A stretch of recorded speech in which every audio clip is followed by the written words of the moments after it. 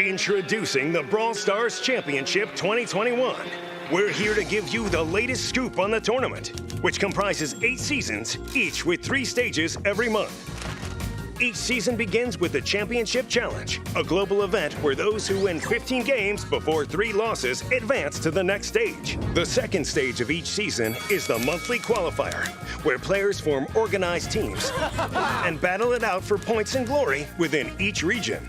And you guessed it, the third stage is the regional monthly final, where the top 8 teams from each qualifier play in broadcasted matches for even more points towards the World Finals. Now listen here, folks. Each region has allocated World Final slots. Here to help us take a regional tour is none other than our friend Spike. This year, we have 7 amazing regions competing in the tournament. Europe, the Middle East, and Africa. Latin America, South. Mainland China. North America and Latin America, North. East Asia, Eastern Europe and Central Asia, and of course, Southeast and South Asia, Australia and New Zealand. Winners take home cash from a stash of over $1 million. We can't wait to see you there.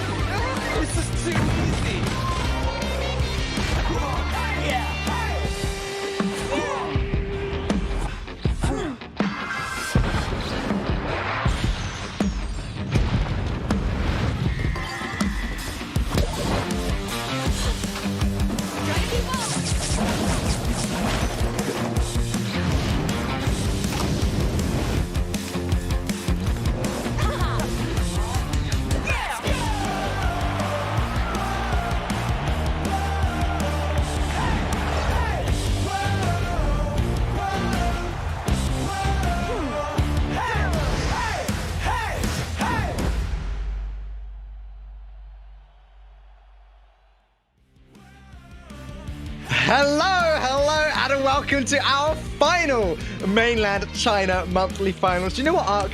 It feels a little bit to me like it's the last day at school, you know, we're kind of just hanging out, you know, maybe watching some films for the day. No, we're not. We are going to watch some great Brawl Stars action because we have got some of the best teams in the world here in the mainland China region, including the so far undefeated Nova Esports. Do you think that's going to stick up? They have had quite the run, haven't they? I mean, honestly, to say that's actually quite an understatement, really.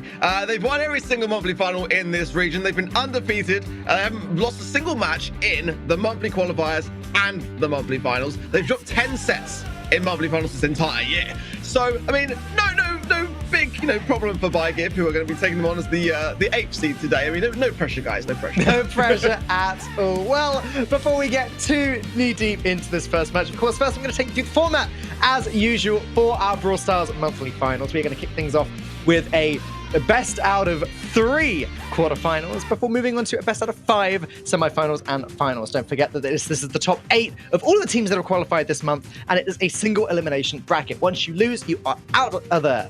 And then, of course, 2 brawler bands. As usual, every single month we've got 2 brawler bands. I can't help but wonder, do you think maybe next year?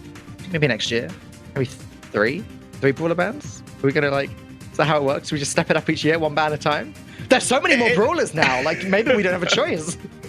In all honesty, one thing that you've got to hand it to the Brawl Stars team for is the fact that they always mix everything up all the time. So I wouldn't even hesitate to guess what they've got in store for next year. I mean, at the moment, we still don't even know if next year's even a thing because we haven't found that trophy. I am just assuming, of course. But of course, if there is a next year, I'm expecting it to be big because this year, the teams are competing for over $1 million in prizing. And of course, the lion's share of that is going to be distributed next month in Bucharest for the Brawl Stars World Championship. We are all extremely excited for that one to throw down. But before we get there, of course, we have got the last month of the Mainland China monthly finals. Now, this region is pretty much locked up, Ark. I believe there is a little bit of leeway for seeding, but overall, in the grand scheme of things, this is this region. Yeah, it really is. I mean, that is a monstrous amount of points for Nova Esports, isn't it, really? Just shy of 800 there. They haven't missed a trick. Speaking of Trick or Try at 504 points for them. TIG Origin on 473. So not yet too much separating those two teams, and that could make a little bit of an impact on the seeding. But yeah, it's Nova Esports that have been leading the pack in mainland China all year long.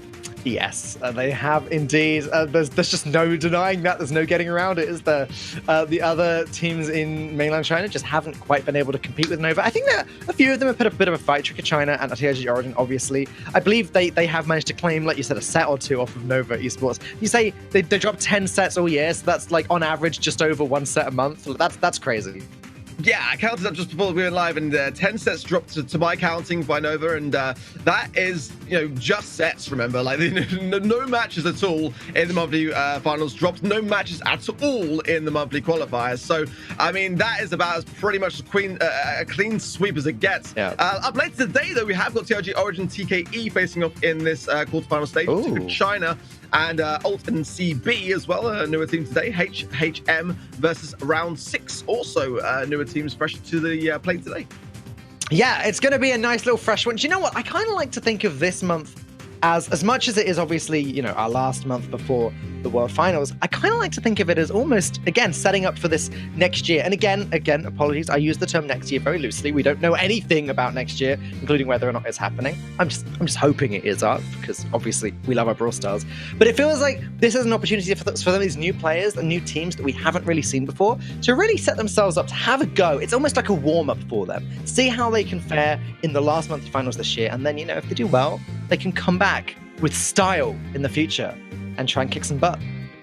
Very true, absolutely. There's a ton of orgs out there that are just looking to see who they're going to be picking up for the early parts of next year. So could be ByGift. I mean, honestly, we look at this team as a relatively unknown team, fresh to the table today. First time here, and for all the players on this team also.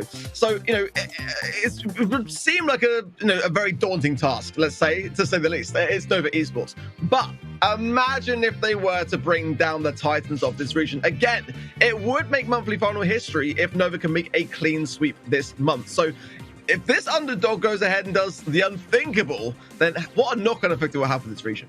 Mortis and Ashe banned by Nova Esports. Stu and Ashe banned by ByGiv. Oh, Ashe is just completely out of there. But also Mortis and Stu Arc. A lot of the most maneuverable brawlers are just being shut down by mainland China. What do you make of that? I think it makes perfect sense. I think this is a region that do favor a lot of those brawlers. They do like their Mortises and they do like their Stus. So also the Ashe on both sides I think is very wise. It does also show that ByGiv do not want to take any risks in that respect and do have a good understanding of the meta right now. Ashe is very, very dominant in terms of his positioning right now, especially combined with Byron. Can be very hard to shake. Pinball Dreams as well, but quite a enclosed kind of map, so would allow a lot of pushes from Ashe to eradicate those things and those Mortis and Stus that can hide behind those walls to kind of go out and dash and cause some damage. I think these bans make a lot of sense. Yeah, absolutely. I completely agree. Again, we've been talking a lot this month about how good a position Ashe is in, how good a position Mortis is in the meta, and Stu has been extremely powerful ever since release. Despite, I think, a couple of little balance changes, but Stu is still a very, very powerful brawler. I wonder now, Ark, because, you know, again, like I said, these are a lot of the most maneuverable brawlers. I wonder if we're going to see, like, Max, Buzz, you know, the other brawlers that can really move around the map a lot, making an appearance just to spite these other bans. Yeah, I think that's fair to say. I also feel like, you know, Brock is a big one for me that's not banned here. Bell also, I think, you know, if they go in that, yeah, so that strategy that I was thinking, break up the entire map, leave everything to dust, and just go with the long-range affair. Obviously, Crow to be able to jump in and target those weaker brawlers. Sandy's going to struggle a little bit, actually, on the side of ByGiv. So over time, I feel like Nova got much more range at their disposal here. Yes, agreed. I mean, Sandy and Ems, obviously, their range only goes so far. Crows as well, but Aspartam doesn't mind. He's already scored. Jeez, let me get a sentence out, guys. Come on. let's hold this, slow things down just a little bit. But yeah, today on the Griff, OU on the Brock, both extremely long-range brawlers. Yeah, ByGiv are looking like they're going to struggle a little bit there. Doggy Egg. What a great name, by the way. Doggy Egg as the Ems is doing what they can, taking down Aspartam, and they have managed to just about stop the goal. No, they haven't. Are the spawns gonna stop this, or is nope? This is going in, isn't it? Just about found the footing. I wasn't sure they was going to quite make it, actually. Could have been intercepted there, a little bit close. But Nova don't look like they're breaking a sweat right now for me. I think that they realized they had the upper hand, but they still kept a cool and calm exterior in that game to make sure that they didn't choke the last final moments. So, yeah, as we expected, a pretty strong start from them so far. Honestly, Ark, I think I'm probably sweating more than Nova are right now. Go on. No, that's it. That's the statement. Congratulations to Nova for a fantastic first game. And sorry, yeah, and I don't know, ByGiv, they got a little bit of work to do to pick this up. Like you said, what if? Imagine Nova go down in the quarterfinals, and I'm imagining, but it's becoming more and more difficult to imagine every moment, especially after watching that first game. Yeah, the statistics didn't reign that particularly well to Sal there. Just, you know, not much to show except the 2 deaths. But, you know, that's what is going to happen more often than not against a world-class team like Nova Esports. I mean, they've had so many months of preparation, so many months of success, you know, in this year's competition. So, you know, ByGiv have definitely got their work cut out for them. Is it possible? Absolutely, yes. Is it going to happen? We shall have to wait and see. But at the moment, definitely some changes are needed to make sure that they've got the range to take on Nova. Brock is in a great place, so I you know, completely agree with that pick. And the Ems can make a lot of sense, but with a map like this, when it's broken open, can be left a little bit too challenging to take care of in that respect. Yeah, I don't know, Ark. Like, I see this almost as like almost clinical from Nova's perspective, you know, like they put together the composition, they just tear the other team to shreds, they pick them apart one by one, take them down, and then score the goal. Like, Nova have got this down to a science. They have just been so tried and tested and have persevered at every level. You know, that's safe to say. Throughout this entire year, they haven't really skipped a beat. So, you know, I don't really see this going the side of ByGiv unless we see some of those changes start to really take shape again. You know, in this quarterfinal stage, things can be over very, very quickly, and you do not get much of a chance to fight it out and have time to experiment with comps, and you've really got to get it right first time. If you're playing catch-up, that's not where you want to be, and right now, ByGiv are definitely doing just that, because ultimately, going with a comp that's not able to withstand the range of that last comp, they're going to have to make some changes, but by doing that, they're always playing catch-up, and Nova are always leading the pack, as it has been throughout this entire year. Well, hopefully we will be jumping into game number 2 in just a few moments. Apologies for the delay. Obviously, everyone watching at home, you guys know that this is just a case of waiting for the players to lock in their picks. But I've obviously given this a lot of thought, a lot of time to work out exactly what's going on. But here we are. We've got a Dynamite and a B and a Sandy versus Mr. P and a Brock and a Griff. This is not what I expected, Arg. Sure, Dynamite actually has been used a fair bit in this region. 15-second goal. As quickly as that. Yep. I mean, you can utilize the right-hand side lane, left-hand side lane for those coverings for Dynamite there as well. But we saw it a lot in Siege this year as well. It can get some very good results if played correctly. And right now, today is doing just that. Yeah, I mean, today it is hitting those shots. Sour Spice just gets taken out and a little super kick in. The game's over again. We spent more time talking about the game before it started than we spent in the game. 26 seconds. Is that a record? It's going to be up there for sure. Yeah, what can you say about that? Everything. I think you nailed it on the head, Falcone, earlier when you mentioned the word methodical or clinical. Surgical in that. Yeah, clinical. Yeah. Surgical is a good word too, though. I like that. Yeah, it's very much that kind of just. Everything is on point so far. I can't really fault the way that I'm seeing Nova play, and whether that's just because the team that they're facing up against could be relatively, inexperienced. It's fair to say, but ultimately, regardless of what way you look at it, they are just phenomenally performing right now. Yep. Well, we are going to be moving on to our second set in just a few moments. We were so engrossed in talking about the next year or so that I've forgotten what the second set was. But do you know what? I'm not gonna lie. I don't think it matters all that much. I just think that Nova Esports outclass this team. It's going to be some heist on pit stop, and then if Nova do lose this, then we'll move on to dry season for some bounty, although I just don't see that happening. Heist is a game mode which, like Brawl Ball, can be over very, very quickly. It can be a long one, Heist, it can, a lot of the time, we can run out the clock, but I feel like that's not going to happen. I can see a certain team safe being destroyed several times here. Having said that, though, if ByGive go just super on the aggressive and they start to commit on a level that Nova have, got to take care of, they could cause a problem. It can be a base race affair in Heist. So, I feel like that could be a chance, really, if ByGive are bold enough to take those opportunities when they are there. Ultimately, that is what's going to bring back Nova. Having that strong offense can definitely bring back a team. At the moment, they are looking very comfortable in taking down their opposition quite quickly.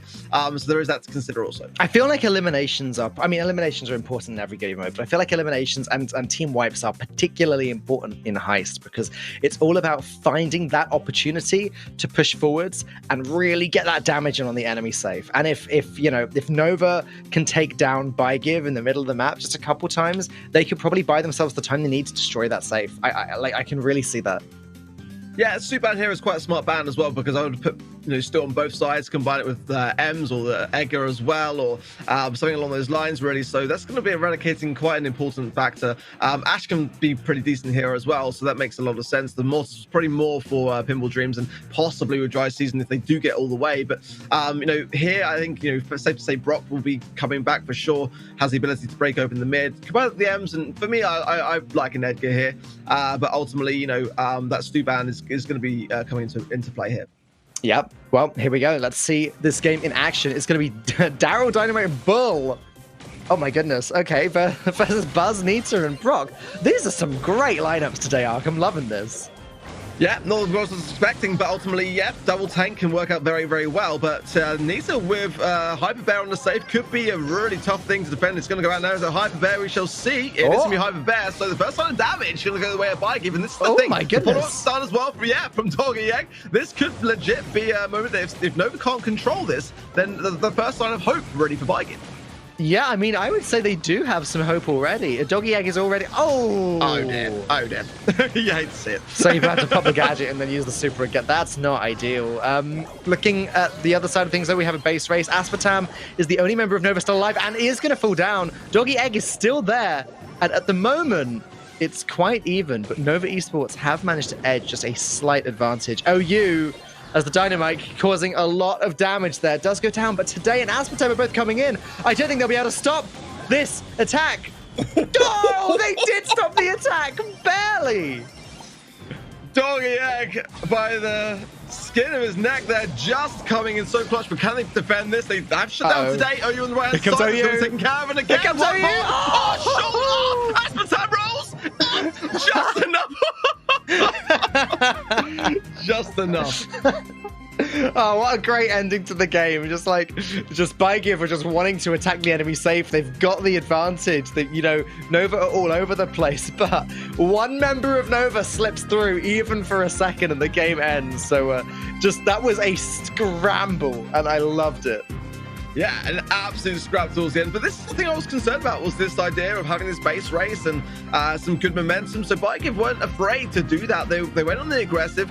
They tried to defend as best they could. And for the most part, I think they did it right, considering that the Brawl series went down so quickly and very much not really two-sided affairs. One-sided completely in favor of Nova. That time, it was a little bit closer. But is it now too little too late? We are now on match point for Nova Esports.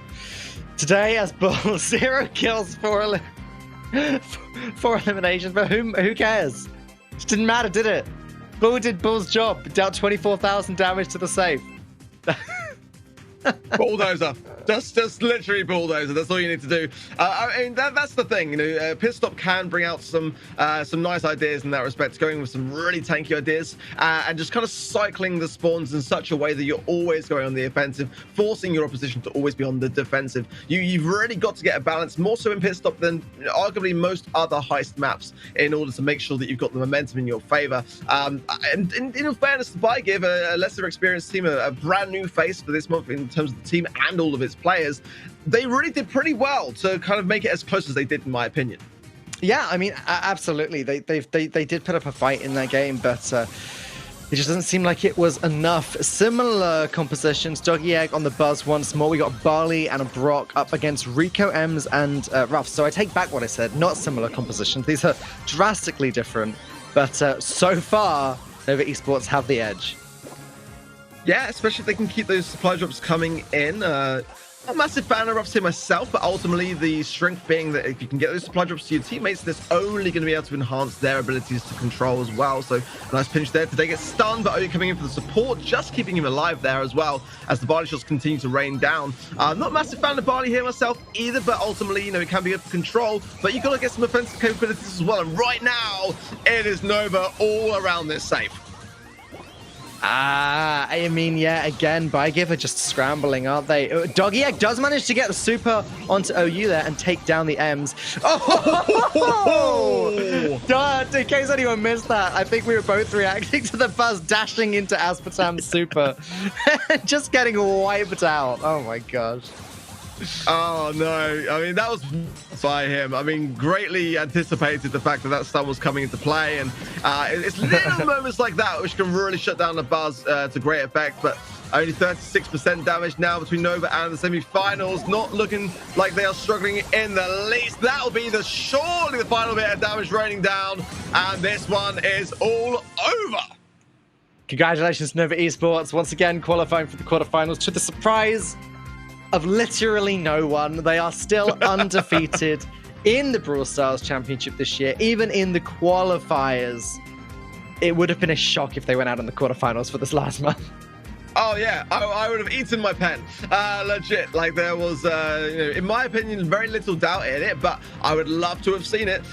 So now, really, I mean, only the semi-finals between Nova Esports and, you know, the grand final. If they get to the grand final, then that's, you know, already every single grand final appearance this year, and they've won every single one so far as well. So they're going to want to finish this year on a high. There is no doubt about it, and that is the first task of today completed.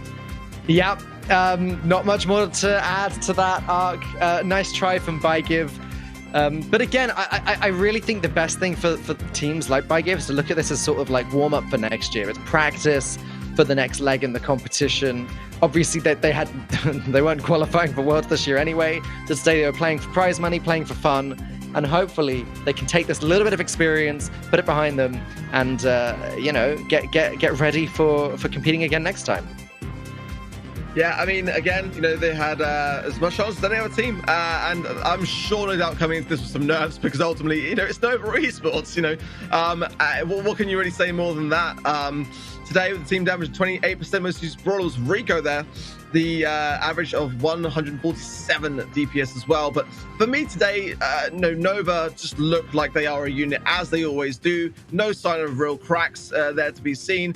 And, you kind of hope not and expect not because they are, by far the #1 seed out in front with all those points just shy of 800. So, I kind of expected there to be no less in terms of that result for the first game. Yeah. But there you go. We are going to move swiftly on to a game which has the potential, I think, of being a little bit more exciting. TIG Origin up against TKE. TIG Origin, obviously one of our world finalist contenders next month. TKE, another team we've seen a fair amount of this year in the Mainland China Monthly Finals. Obviously, they haven't qualified for Worlds, but they've been here. They've been making some waves, and I think that this game has the potential of being quite close.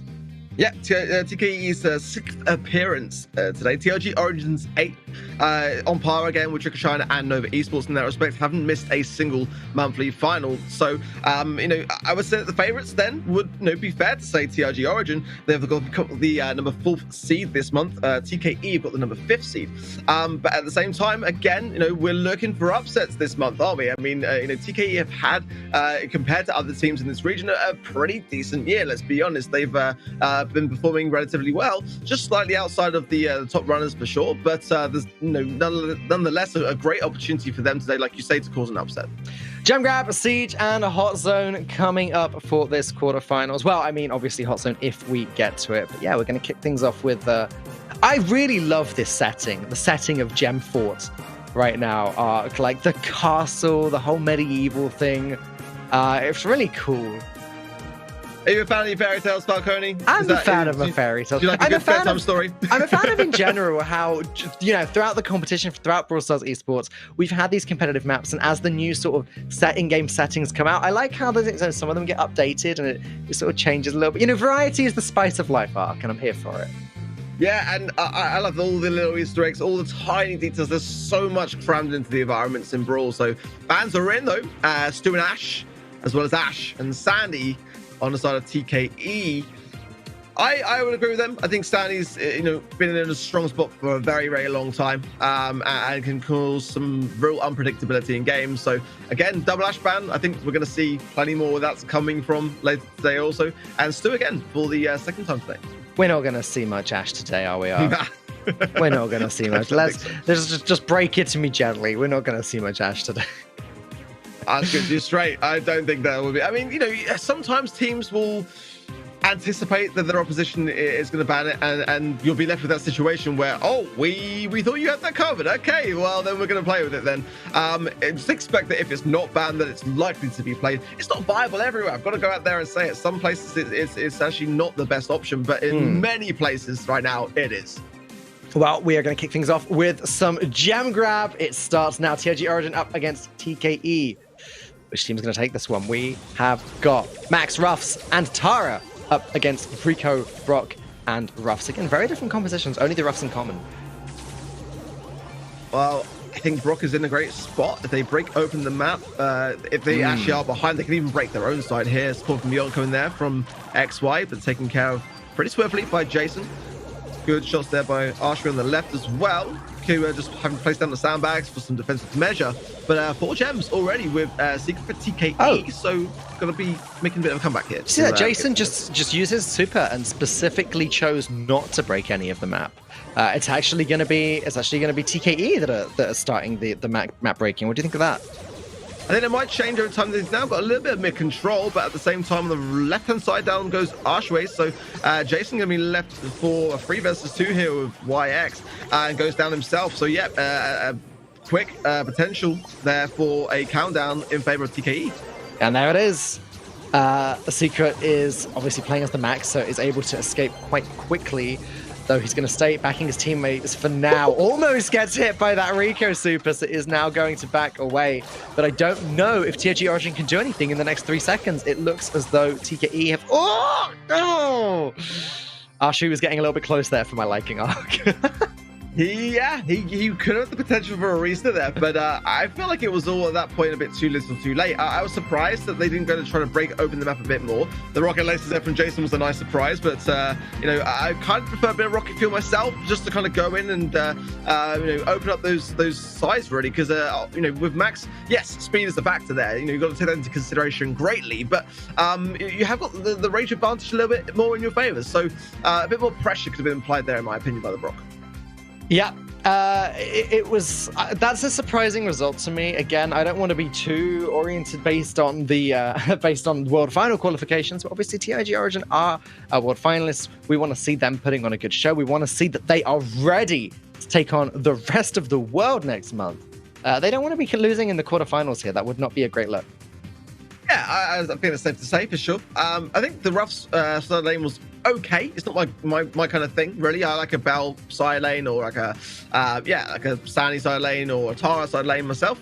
But it's quite good for going up against Rico, for sure. I mean, you can place down the sandbags, know where your position is, and then kind of use them for cover along the way. So it does make a lot of sense. Brock mid, as a gem carrier, not too sure. I mean, you could go in with Gene, I think, to apply a bit more pressure than that, really. But either way, Max is in a great spot as well for mid control. So whether they keep that Brock pick or not, I'm not too sure yet. Either way, if you're going to have it, I just say go and commit fully to it. Break open some stuff and cause a bit of a ruckus. This is what surprised me, because it seemed, from my perspective, that TIG Origin had TKE outranged with the brawler picks. So I was also surprised that TIG Origin didn't want to take advantage of that and start breaking apart their side of it. It was when Jason used that super and just hit the middle of the fort, not touching any of the walls. I was sort of just scratching my head a bit, like, that's odd. Very different composition here, though. We got Barley, Jackie, and Tara up against Amber, Max, and Ruffs. So, TIG Origin going for a much more tanky composition here. Yeah, which could go for or against them. You need to get Jackie really hunkered into the mid, really, to assert some authority, some pressure. Byron's in a good spot, greatly so, for making those pushes in. But at the moment, the side lanes are being locked down really, really well. Amber's a great choice of brawler to have for that reason as well. Be able to burn down the bush. You can see when your opposition crosses over. Again, that Ruff's just keeping the sandbags down, but a bit of a push from YK does get a takedown. That entire right-hand side as well opened up. Could serve as a great ability for Jason to make some shots count. Yeah, TIG Origin were able to sort of push their way back up. YK, with a great super there, is going to find the elimination on Secret. Killua goes down as well, and now TIG have complete control. YK needs to be careful not to be too stranded out in the open, though. Actually, I take it back. Who cares? With another super like that, you've got nothing to worry about. Do not underestimate Jackie. Since that rework, she can now super and maneuver, and there it goes again. You just see how much of a difference that makes. The supply drop will come down, but not enough. The pin drops as well from YK, just to say, ha, you can't get me. Great turnaround for TIG Origin there, and a very important heals from Jason to ensure his safety coming back with those gems. It was a great pairing, and it was kind of quite strategically planned as well to break open that side of the map to have some advantage there. So a nice comeback, but can they go all the way to take the set? Because they were behind going into this game. I gotta say, Ark, it's really cool seeing Jackie's rework in action here in a competitive setting. Like, just look how powerful YK made that look. Yeah, and it makes perfect sense, the Byron Ash being so strong, but when you ban the Ash, the Byron is still there. We see a lot of Byron bans at the moment for this reason, that it does and is still in a fantastic position. 5 gems there for YK, the 55% team damage coming out as well. I mean, getting a lot of value from those double pulls there, so it makes a lot of sense, and just, Jackie can work here. It's hard to pull off. I told you that I was expecting this to be a closer match than the previous one, Ark, and I've already been proven correct, as that is one game on each side. They are wrestling to take down this first set, and frankly, I don't know which team's going to do it. I have to assume that our world finalist contenders, TIG Origin, are going to get the upper hand, but TKE is certainly putting up a fight. There's definitely something to be said, isn't there, about teams that, have already, demonstrated and proved their worth this year, and their ability to handle pressure, and, being able to be behind, but yet still be so focused and so calm around the whole thing. That's where, in my opinion, the best teams find their resolve is, being able to look at those situations and be objective around how you're going to go about it, be able to read through the mind games as well from the analyst side of things too. And look at this, the other side of things. I like the response here from TKE, going with the Rosa with with the grow life as well there to just build the blocks, build the bushes around the map. There's going to be so much unpredictability as a result of these buildings, these bush. That being said, TIG have a pretty good composition to counter that. You know, they've got these brawlers that sort of shoot quite wide attacks. Obviously, Jean's attacks split up and, you know, spread across the battlefield. Archery on the spike can cover a lot of the grass as well with his attacks, and Tara the same with the split shots. Secret does go down, but TIG Origin have a little bit more work to do as Poco still holding 5 of those gems. Jason can pull a lot of this bush, remember, as well. So there's a nice little break there from him, but not enough to get YK out of the mix there. The 6 gems sitting there would kill you as well. Task would be nicely had here, but there, Secret's going on a tear. The speed there was just about shut down by Jason. So now the question is, can TIG break this mid, start to gain some control of their own, because they're slowly running out of time here. They are running out of time, but that was a pretty good super from Tara. Secret does get hit in it, but doesn't get eliminated. That archery, that spike super is going to block the Poco out, and TIG Origin have been able to use that to get control of the center. This is exactly what they needed and when they needed it. Now they can take advantage of this grass at the top of the map to keep the other team out. I love the way they shut down and locked out Killua there with the spike super landing down on the map and just focusing purely on the tanky brawls like the Jackie and the Rosa there. No one going down. Oh, combination there as well with the black hole. To YK though, on a bit of a tear. Can he get some heals for good measure? This is good control now and a countdown for TKE. It is, but is XY going down? No, XY, a very tanky Rosa there, is able to stay alive, stay healthy. Jason needs to get this pull on Poco now, but there's a Jackie body blocking it, and no! Disaster for TIG Origin. They get eliminated. TKE are going to take gem grab. Again, not good for our world finalist contenders, Ark. I think deservedly so, in all honesty. I think towards the end, some great body blocking. I think they were quick to the mark to get this first win under their belt. Yes, they sort of dropped the ball a bit in the second game, but they came back with a good comp to be able to handle that third and final game as well. So lots of back and forth. I wouldn't be at all surprised if we see that same story continue on and TIG bring this back in the second set. But as far as that is concerned, you know, gem grab is wrapped up, and TKE did play exceptionally well to do so.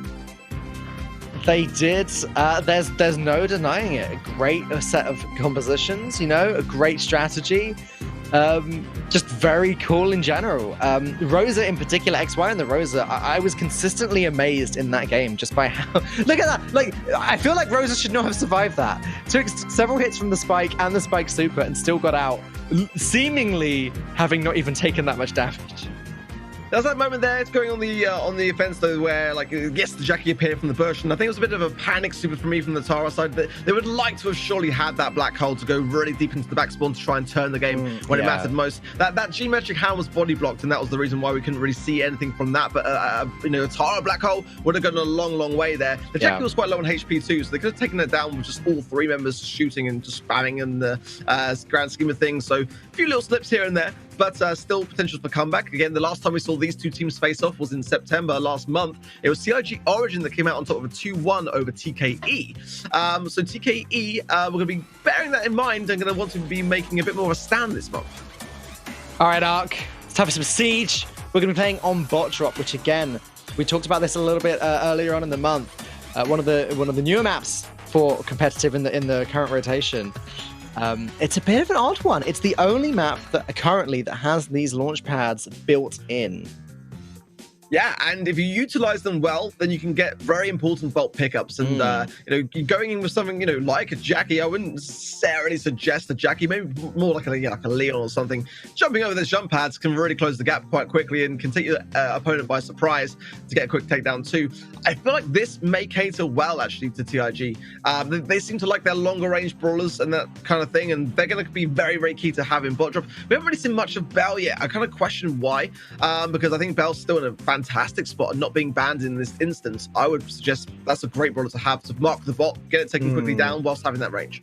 Agreed. I mean, not only that, but obviously bot drop is an incredibly open map.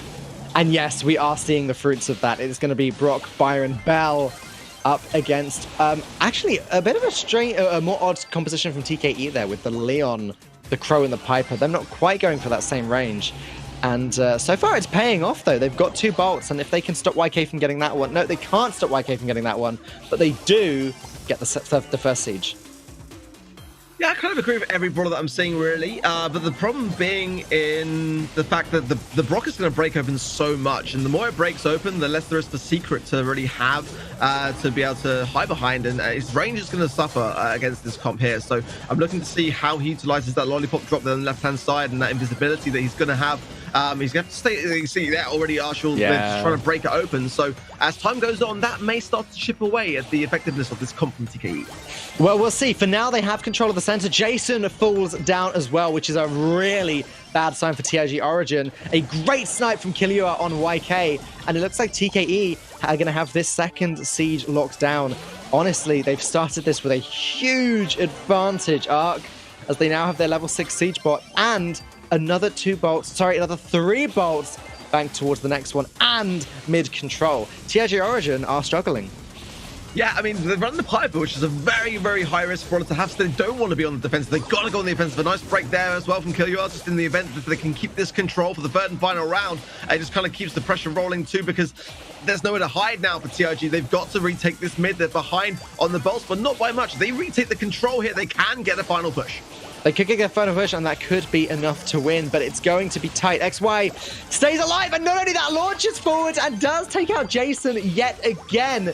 10 seconds on the clock, and I don't think it matters how much control TIG get now. I don't think they even have... Oh, they have time to tie it up. That's it, right? YK's got the... They just tie it up. It's going to be a tie. Just about. Very, very close, though. It has to be said. It's going to be the dive now, but a huge monumental dive. 38% needed. I can't see it happening. I don't think it's going to happen either, Ark. And I just want to say, I really enjoyed TKE's strategy for this one. It looks like it was just starting to backfire towards the end, but that's fine. They kept it up for as long as they needed to. I think if TKE lost that first siege, this would have been a very different story. But because they won that first siege, because Leon was able to set up that lollipop drop on the left side of the map, Crow was able to set up on the right side of the map, you know, they were able to sort of position themselves and be like, okay, yeah, come at us. Whereas if they didn't win that first siege, I think they would have just lost out to these longer range brawlers. Well, I like the daringness there of TKE because, you know, again, having Piper can be a real struggle on defense. I like the Crow pick. You saw the reasons why in that final round already. Being able to jump in and just go super aggressive when it matters, can just leave a bolt sitting there, and you know, ultimately that can be one that's not banked, and therefore the push. I mean, it was a tie at the final round, so only 1 bolt was needed there, but you know, secret there, just the 1 bolt collected for him. You know, I think the TKE are in a great spot right now. I mean, again, you've got to remember that TIG Origin is so close in terms of points with Trick of China. So if they lose this game and Trick of China have a good day, then they're going to be able to lock those seeds in. And seeds can have a big impact when it comes down to Worlds as to what team you may end up facing. Those kind of tree paths when it comes to the brackets can make all the difference. So TIG Origin, I've got to say, were the favorite coming in, I think it's fair to say, in this region, and they're struggling so far. It's just natural for us to assume that the team that have qualified for World Finals are going to be the favorites. But TKE, and again, I said this earlier on, they've been here almost every month. I think you said 6 out of 8. They've been here time and time again, and they've done okay, you know? Yeah, okay, they've never won anything. No one other than Nova has won anything in this region. But they've not like disappointed us over and over again, you know? There've been some memorable games, and I would say this is certainly one of these memorable games. I think if TKE can take down TIG Origin, this would be quite a big deal for them. Huge deal. Yeah, I mean, as the team that just narrowly missed out on their golden ticket to Worlds, they are looking to, you know, really make a stand to show, you know, to show the community, to show other organizations that, you know, yeah, we can take these guys on. You know, we can end this year and show and demonstrate that we're capable of doing great things. I think that's a really, really important story to have and to share. They're trying to go in then with the same comp as last time, and again, if it ain't broke, why try to fix it? I mean, sure, why not, Ark? If it works, it works. And from the start of this game, we can see at the moment it is working. That is going to be a level 3 siege bot coming in and a bolt bank towards the next one. A fantastic start. We got Leon, Pam, and Bell this time for TIG Origin. Obviously, Jason on the Bell. If they had their super ready, would be able to slow down the siege bot and eliminate it almost instantly, but they're having to back all the way off. Again, Piper's doing that same thing, getting rid of the defenses, giving TIG Origin nowhere to hide, and once again, they have set up for the second fight over the siege bot. Going with a very defensive comp here for TIG, having those health boosters to be able to tank for the DPS of the bot and the battle to market as well. TIG looking to, I guess, go solely on the defensive more than the offensive, and I'm not sure that's the right strategy, to be completely honest. Look at that bulk pick up there from Secret, very intentional as well to make sure that they get this push, knowing that the deficit is building as they go. Actually, this is going to be a tie. Wow, I thought that was going to be banked in time, but clearly not. This could be could go either way at this point in time, but the control very much for TIG Origin, so if they get this push, that would be huge for them. Yeah, this is really bad news for TKE. Look, they are stuck in their spawn. They've dealt no damage to the enemy Ike. Killua is able to just about grab that, but Secret isn't able to really stick around in the center. Does manage to grab that bolt. XY gets an elimination. Hang on a second, Ark. Could this be the turnaround? Let's see. It's going to be a big bot coming in. Killua's going to bank that. He'll be able to jump as well. YK can jump too. Oh my word! They've got the pulse they need. They're not going to get the push that TIG were looking for. And oh my word, TKE are going to get a monster, surely. Amazing from TKE. I was convinced that they were going to lose this one when they were pushed back in their spawn, seemingly unable to move anywhere, but somehow, and I believe a large part of this was thanks to XY getting a really beautiful jump as the Crow, somehow they were able to break down TIG Origin's defenses and take this game down. TKE have just won the second quarterfinals. We're going to get a throwback to August in that case, where Nova Esports took on TKE back in the semi-final stages. But what an upset. TIG Origin qualified for Worlds. They had their golden ticket, but they weren't able to make it through the quarterfinals in the final monthly final in this region. Yeah, there's no way of getting around it, Ark. This is disappointing for TIG Origin. They really are going to have to, I think, go away from here. They've got over a month to prepare for World Finals. They're going to have to go away. They're going to have to really put that work in and hopefully come back with a better performance next month. Because it was convincing, I've got to say, TKE, they deserved it. They had the right comps, they had the right amount of aggression. They never really lost control very often in Siege whatsoever. And when they did, they retook it, against all odds. So they want this today, and I'm really, really pleased for them. The question is now, have they got enough left in the tank to take on Nova Esports to prevent them from making today's grand final for the first time this year? That is no easy feat. They've got over this first hurdle, but the next one is a big one. Yeah, I mean, Nova is a little bit of a tricky team to take down. And when I say a little bit tricky, I mean nobody's ever done it, ever. In this region this year. Anyway, okay, slight exaggeration, but yeah. Either way, TKE have started strong today. I'm looking forward to see what they're going to be capable of later on in the semifinals. But before we get to those semifinals, of course, we are going to have 2 more quarterfinal matches to look forward to. And outside of China, again, a lot of teams that we don't really know about competing for the rest of today.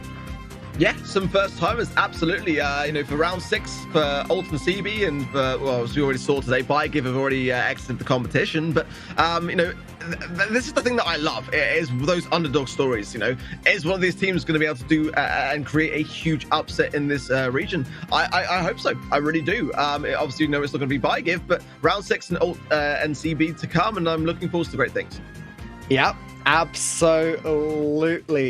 Well, a very cool start for today, Ark. I am disappointed that this one didn't go to set 3. I think it would have been very cool to see TIG Origin TKE duke it out to the very end. But we have got our winners from quarterfinal 1, of course, Nova Esports. We've got TKE, our winners from quarterfinal 2. We have 2 more quarterfinals to look forward to. But before we get there, we have a word from our sponsors. Getting to the World Championship Finals can feel like an uphill battle, but we know how to get you there. Daryl's Barrels, dodge enemies. Run over powerful attack. With Daryl's Barrels, nothing can stop you. Daryl's Barrels, the finals are just a barrel away. Daryl's Barrels.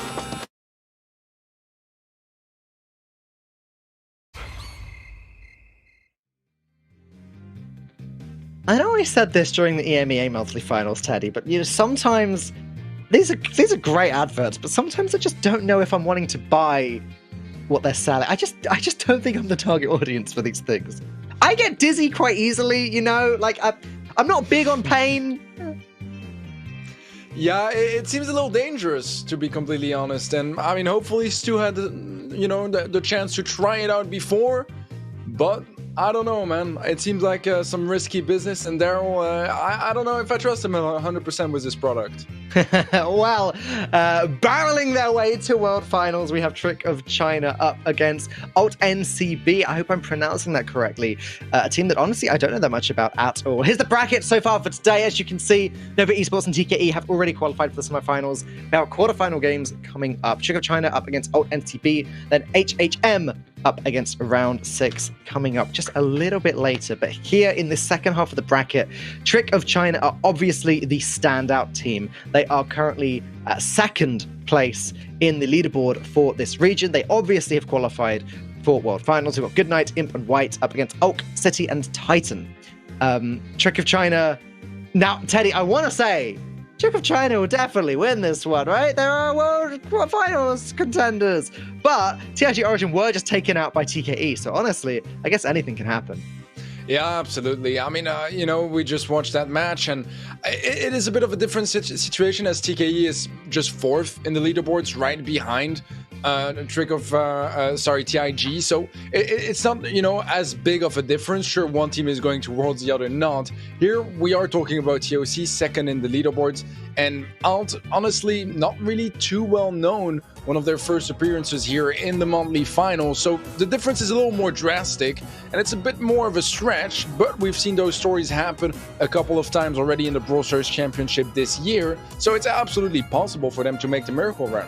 We're going to start things off with a little bit of heist on a safe zone before moving on to a bounty on layer cake, and then potentially a third set later on. But we'll talk about that if we get there. A lot of these quarterfinals, we don't end up getting to set 3.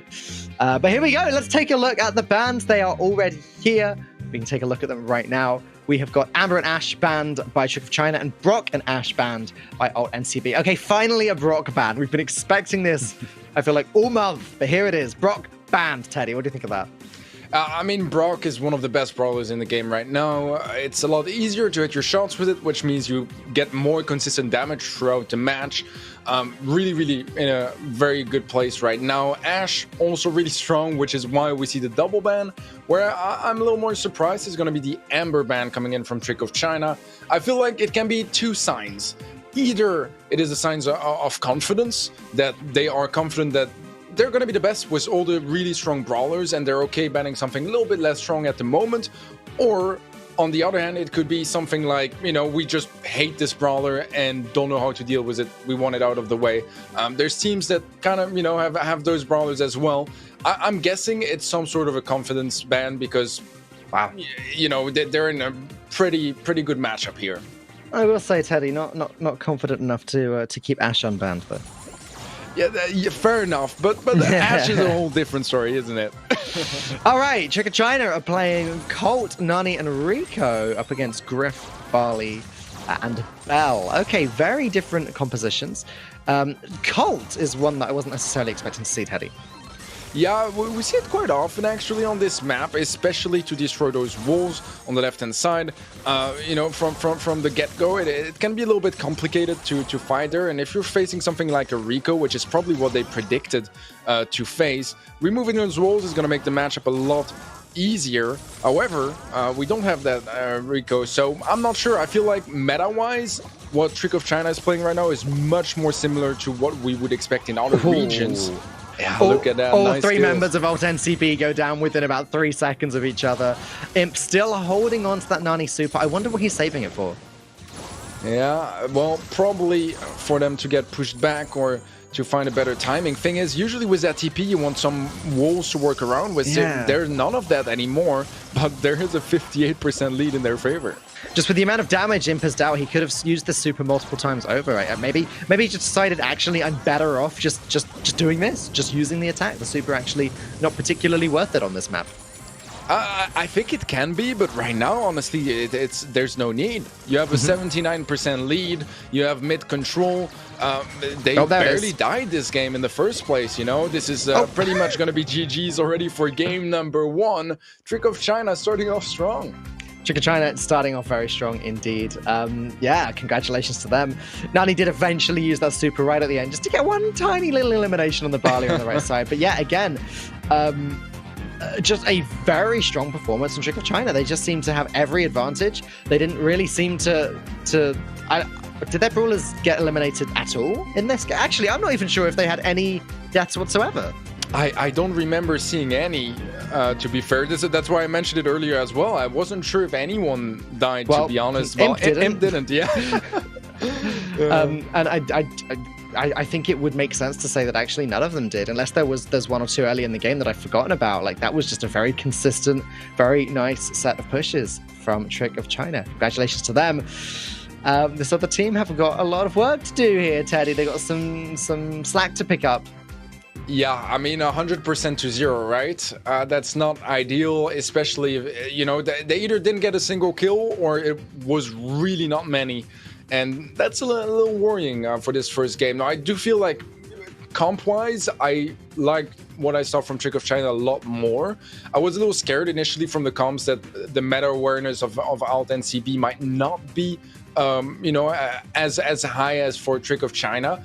I did like the fact that the Griff proactively destroyed the walls on the right-hand side, because you usually run Nani here with the TP, so that once you get your peep going, you can TP in the backline and have some really strong positioning. Having those walls out of the way at least prevents from that spot where you just, it's just really awkward to fight around with both a Rico or a Nani on the other side. You just don't want that there. So removing it from the get-go, I like that.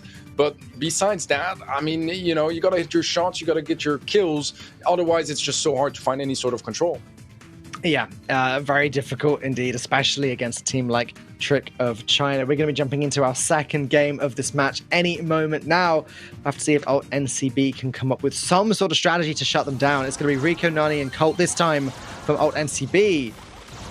So yeah, it's going to be a mirror match. That's what they've decided. The best way to take them out is if you can't beat them, join them. Yeah, that's the scary aspect of it, though, is that, you know, when you take someone's comp, well, most likely your opponents, they brought it on the table in the first place. They're going to be more comfortable on it. And in a mirror matchup, it's going to be a tough game to beat Trick of China, as they get a team wipe from the get-go and will get 28% damage really, really early into this game. Yeah, wow. and now Trick of China. Whoa, okay, I was going to say they're just holding the mid, but no, they're not. They are just annihilating their opponents. They're now down to 40% on the save. Teddy, I don't think this game is going to last that much longer at this rate.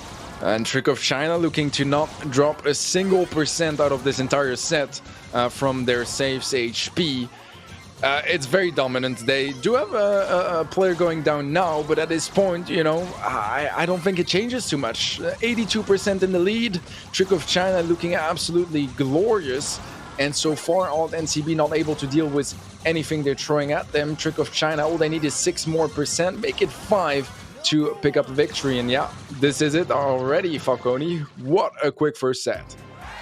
Yeah, I mean, there just wasn't that much that AITnCB could do about that. They just kept stumbling. They just kept getting eliminated. I said this earlier during one of the first quarterfinals of the Data Arc. I said that I feel as though a heist is a game mode where eliminations are really, really important, because all you need is to wipe out the other team and you can get this really good push. I mean, again, eliminations are important across everything, sure, but we saw in this quarterfinal set just how important those eliminations are, as AITnCB weren't really able to get any, and they just fell to pieces. Yeah, it was a really tough matchup, and honestly, I mean, I think there is some pride into going, you know, for the mirror matchup when you're in such an underdog position and losing so heavily after that first game. But it's also a big risk, and I tend to say in general, if you're the underdog, if you're facing a team that is clearly better than you, you need to take some risks in the comps, because that's how you can create that natural advantage by having some counter situations, and they didn't decide to go for that. It's a sign of confidence from AIT, but the problem is it didn't pay off, and maybe they need to reconsider their strategies there. Yeah, just a lot to think about. A lot to as we move into the second set of this match. Obviously, they still have a chance to come back. AITnCB still has Bounty to get through. We're going to be playing Bounty on Layer Cake up next. Now, I know I said that eliminations were important in Heist. They're definitely important in Bounty. When you said it's one of the modes where it's the most important, or the mode where it's the most important, I was like, but what about Bounty? Okay, look, that is fair. That is a fair... Bounty's sort of cheating when it comes... because it's literally what the game is. But, like, out of the games that aren't purely won by elimination... how's that? Out of the games that aren't purely won by eliminations, Heist is the most... Okay, I'm going to stop talking now. Bounty on Layer Cake, AITnCB have this opportunity to prove themselves. It's a very different type of map. Lots of brush to hide in. Maybe this is their forte. It could very much be. I mean, it's a little more recent in the competitive map pool as well, so maybe they can, bring something surprising here and try to catch TOC off guard. It's still going to be a challenge, and honestly, seeing how dominant TOC looked in that first set, I don't see this going in a different way, but maybe, as you said, it's a fresh mode, a fresh map. Their chances are there to make something happen, but I think they do have to try to avoid those mirror matchups and need to go for some surprising comms, bring in some tanks or some counters, try to have some of those mind games rather than purely mechanical differences, because I think that mechanically or even team play wise, you're not going to be beating Trick of China in such a matchup here. You need to, play around with the comms, try to find something that is going to catch your opponents off guard. And we didn't see that in Heist. I think we need to see that here in Bounty, otherwise it's going to be just as fast. Well, here we go, Teddy. It's going to be BB, Byron, and Mortis. There you go. Now we're talking. For Trick of China up against Stu, Tick, and Sandy. Oh, Tick not looking like the strongest pick here. Yeah, I mean, it's a respectable brawler on this map, don't get me wrong, but obviously doesn't really fare the best against a Mortis or BB up close. That's where things can get pretty problematic. Blue Star in favor of Trick of China. Nice stun from CTY. That's going to be first blood for AITnCB. Imp low HP as well, and so far, I mean, it's much better than any of Heist has been for them. Yeah, absolutely. Like you said, that stun was very impressive, and what was equally impressive was how the whole team pounced after the stun happened. Imp goes down with a BB. Good night is sort of dashing in on his own, is able to find the Tick and stay alive a little longer, but it's not enough. And yeah, AITnCB have a very clear advantage here. Yeah, thing is with Byron and two tanks, or Byron, BB, and Mortis, you can kind of go for a final push and hope to get that final team wipe and pull out of those spawns before you get endangered. But they're not there just yet. A nice super from Goodnight, gonna be cycling it through, and this is surely gonna be a team wipe. The question is, can they get out of there? Can they survive? Goodnight is low HP, falls, Imp still alive, and that is... They survived enough, Teddy. They survived enough. Yeah, okay. Goodnight goes down as the Mortis. Oh, White falls as well, but Trick of China is still 1 star in the lead. They just need to stay alive for the next 15 seconds. Oh, this is gonna be close. Goodnight does get the kill there. We have Alk in the blue spawn, but yeah, there's no getting out of there. Super from White to clear him out, and surely this is gonna be Trick of China hitting match point. It is indeed. It really did look like AITnCB for a moment there. We're starting to pick things up, and we're actually maybe stabilizing with their lead, but no, alas, Trick of China were able to take that one down after all. A very impressive start from AITnCB. Like you said, the Sandy stun, then that elimination there from Alk. But Goodnight able to get some damage in there, and eventually the push from the Mortis and the BB was able to do enough. Look at this. This is where Goodnight was able to pop off, and Imp was able to take out Titan as well. Look at that, full team wipe, and then they just about got out of there with Imp alive, which was enough. Wow, I mean, it's a lot better from AITnCB, don't get me wrong. It's still not good enough to take the victory, but it was close enough. There were some good chances, and I feel like, with some plays going slightly differently, this could definitely have been a game going their way. The problem now is that they're facing a match point, and that's a tricky situation. No pun intended, actually, because Trick of China, they're looking pretty solid right now. And honestly, I am not sure if AITnCB are ready to stop them. They've got so much work to be doing here, Teddy, but you never know. Maybe they can start to pick things up soon. We will see. It's match point. Trick of China, again, are your world or one of your world qualifiers from this region. Let's see if they can take this all the way. We got Buzz, Mortis, and Byron up against, that's an Edgar, Sandy, and Stu. Wow, okay. These compositions are changing a lot. Oh, nice play from Goodnight. Ooh. He's still alive, and he's gonna make it out alive, actually. Never mind. Wow. Yeah, he does.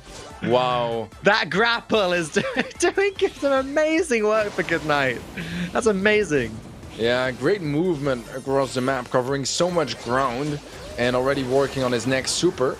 Is gonna go for the stun, and yep, the kill comes through as well. Goodnight so far has been having a blast of a game.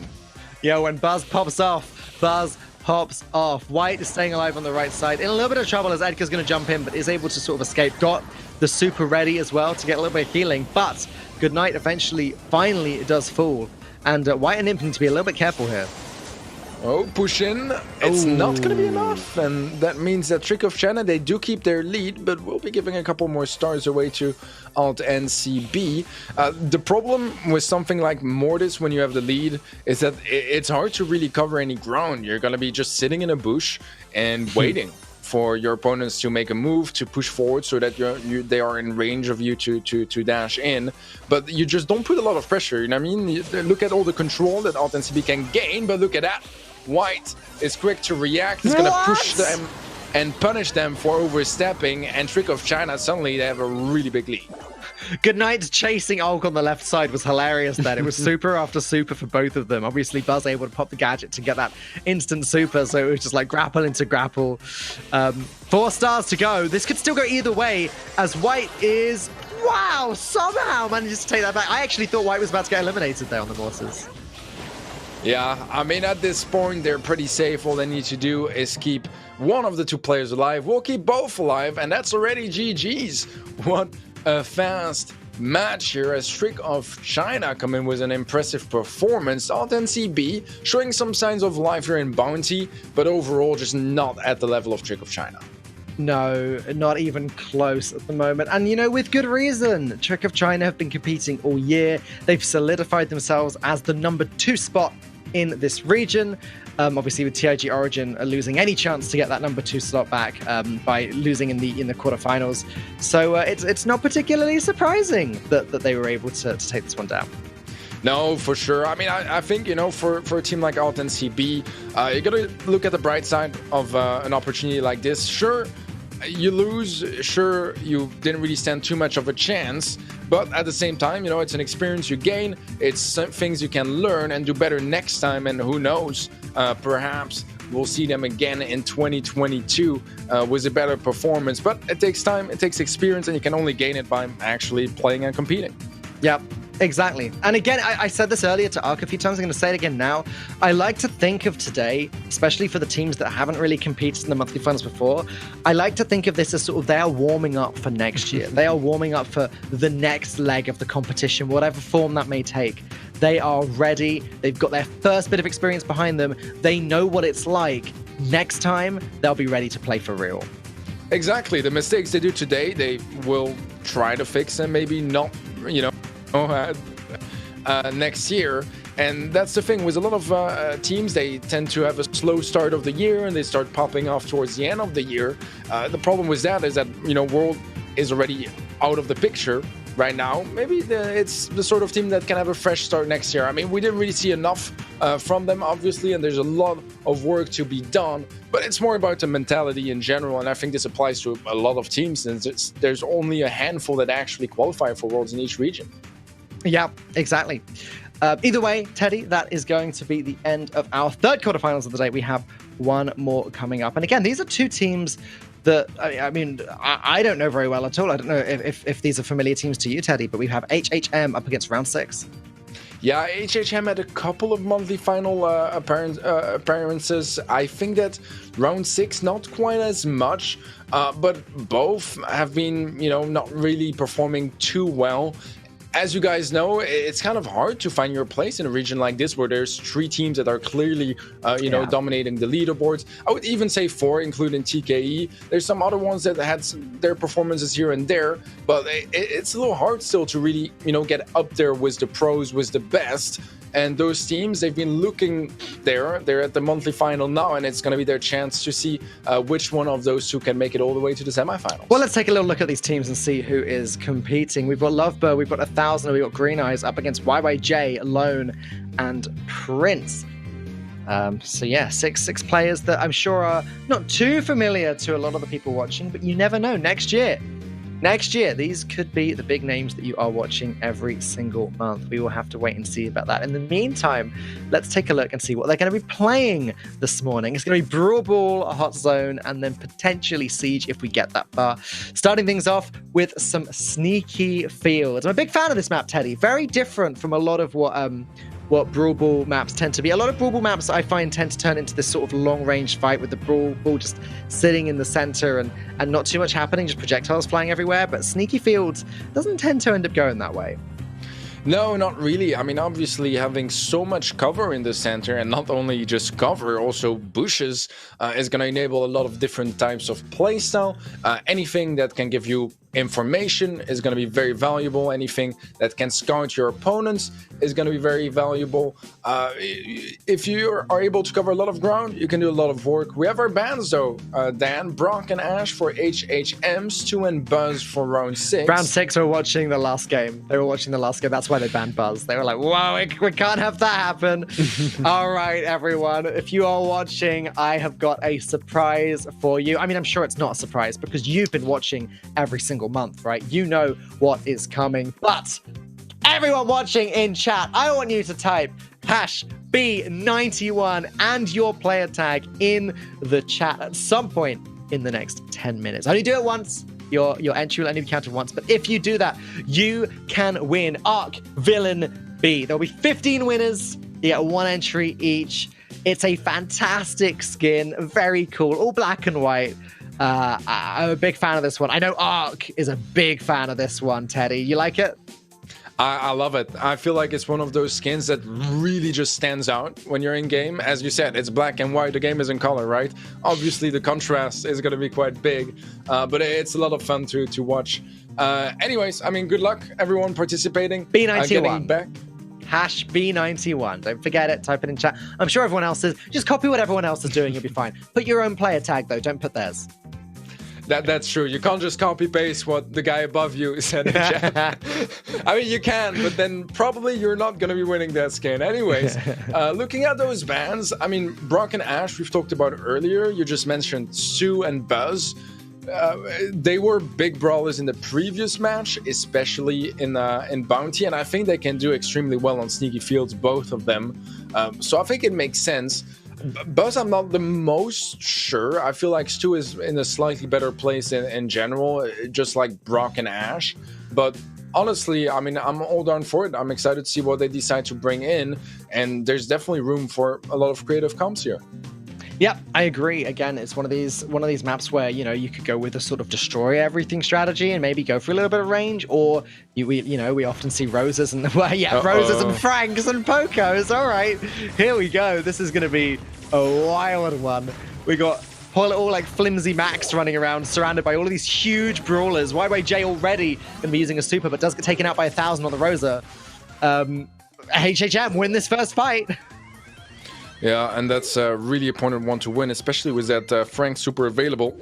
If they can spawn trap it, look at that, the stun and follow-up shot. Obviously, removing those walls makes it a lot easier to score. You can't just stand there and, try to block the ball, otherwise you get stunned. So it's pretty much those sort of checkmate situations where there's no solution. And look at that, so quick. Green eyes in the blink of an eye, able to score already. That was quick. Excuse me, fast. What just happened? Max kicked the ball, dashed into it, kicked the ball again to the goal. It's something we've seen a few times in the past, but wow, that was very efficient. Yeah, I mean, that's the max super right after a goal, right? The distance of the spawns is a lot less far away, a lot closer, if I can say so. And if you have a max super, gadget really quickly, you can cover so much ground in no time and really catch your opponents off guard, especially with a comp like this, where in the end, it's not that easy to defend. Poco deals basically no damage. Frank has to stand still while he attacks, so he can't really reposition accordingly if he decides to attack you. And Rosa, she was not on the right position on the map, so just a really good call here from HHM and the follow-up goal. Just very cool to see HHM really taking advantage of their brawlers' abilities and, you know, doing what they can with them in order to get those goals in quickly. And quickly they did. That was another one of those. We've had quite a few games today where I felt like I've blinked and missed half of it, but that's okay. That can be Brawl Stars sometimes. We'll have to take a look to see if the next game goes as quickly. Do you expect to see similar compositions here, Teddy? Both teams had very, very aggressive, very bulky comps. Do you think one of we might get a counter here, or very much the same? I mean, I feel like it would be smart if they decide to switch off to bring something like a B, and we see it immediately here already. Oh, wow. And that HHM can go a didn't very change. long way. Yeah, the problem is here in the end, it's almost a team wipe. It's going to be a goal for HHM. Oh my Despite gosh. round 6, they have 3 tank melters. They have 3 counters. I mean, besides for the Max, you know, that is not a tank for HHM, they have some of the best brawlers to deal with those tanks, and yet they weren't able to. Look at that stun coming through from Lover. That's huge. Yeah, if 1,000 can get this elimination on B. Actually, he doesn't even need to. Oh, gosh.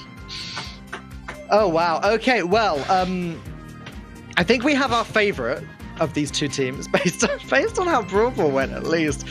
Very cool gameplay. Do you know what, Teddy? It's the kind of thing that we don't see very often, but I love to see it when we do. HHM just outplayed round 6 entirely. They saw the lines, they took those lines, and just really, really dominated. A very cool set of games there.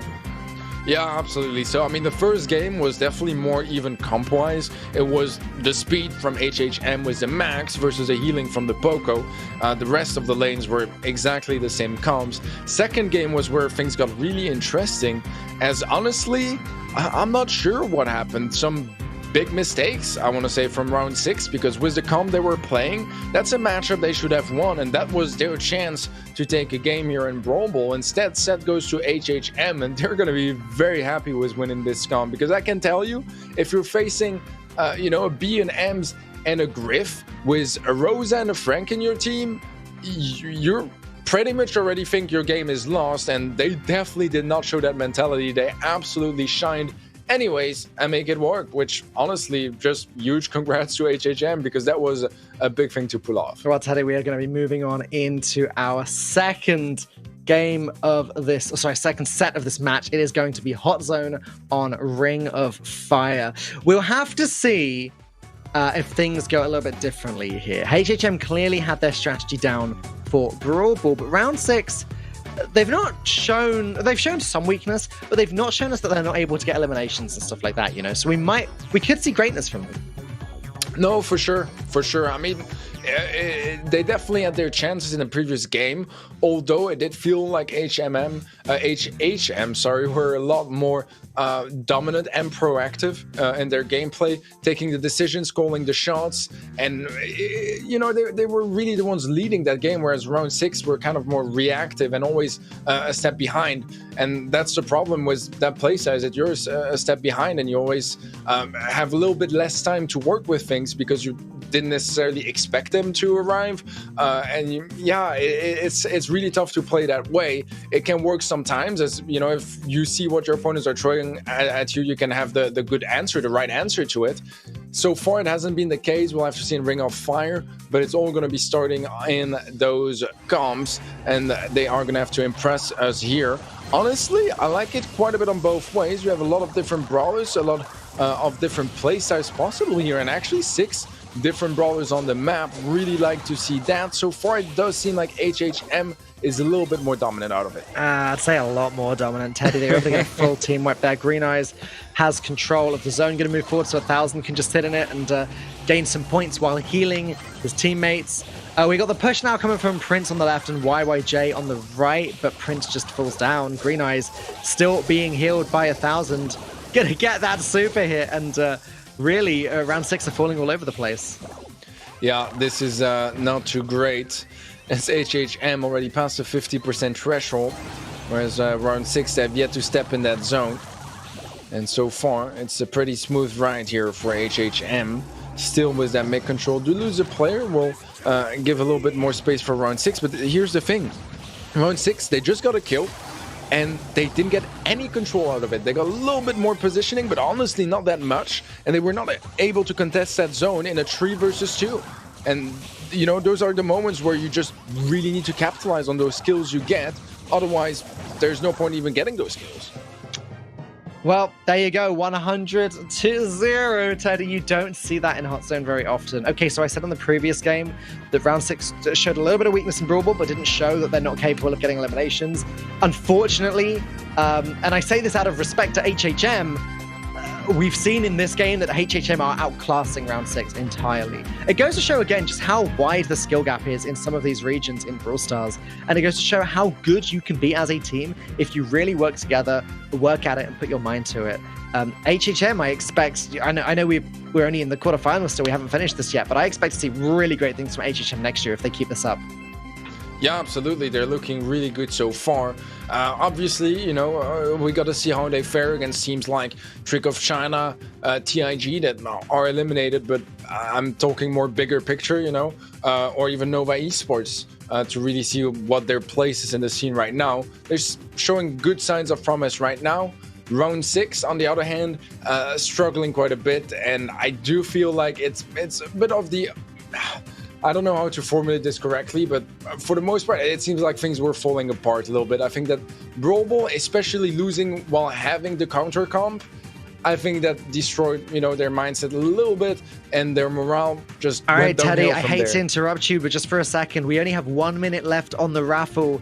Probably more like 30 seconds now. So, like, get on in, enter it, type in the code in the chat, copy what everyone else is doing, and put your own player tag, and good luck. Arc Villain B skin could be yours. Here we are in potentially the final game of the match, and already some good eliminations coming from HHM. Yeah, honestly, I don't even dislike those comps from round 6 in general. I think they had some good ideas, some good brawlers that work.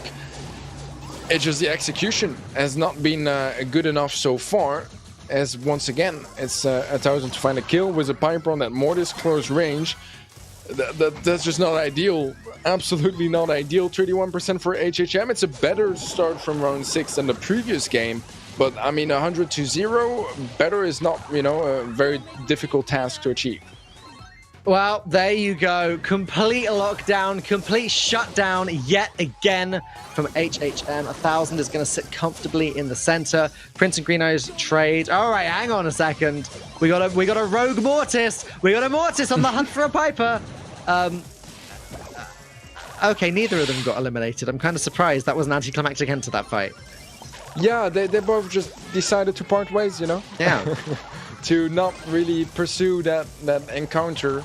And I mean, as a Piper, you definitely want to avoid that. As a Mortis, you just wasted a lot of time. The raffle is now over, guys. No more typing the code in the chat. You have, if you've entered, good luck. Winners will be notified and receive their skin in their inbox in-game next week. So good luck, everyone. But yes, in this game, Teddy, round 6 are putting up more of a fight this time, 47%. That is much better than the 0 that they had in the last game. But this final push, I don't know if it's going to be enough. They are able to get HHM out of the zone, but HHM just need to sit in the zone for, what, 1.5 seconds in order to get that last 3%. Yeah, it's a little worrying here, as they should be able to close it out. And indeed, HHM will be going to the semifinals as well, as they knock down round 6 here in the quarters.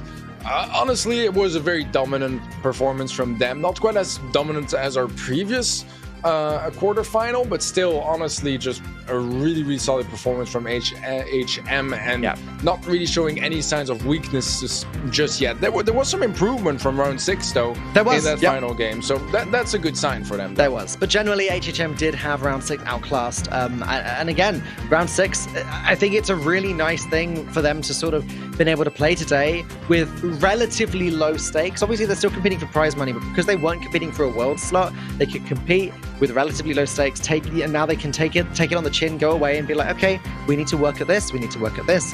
When we next get the opportunity, we'll be back, and we're gonna fight harder. And I think that's a really positive thing for them.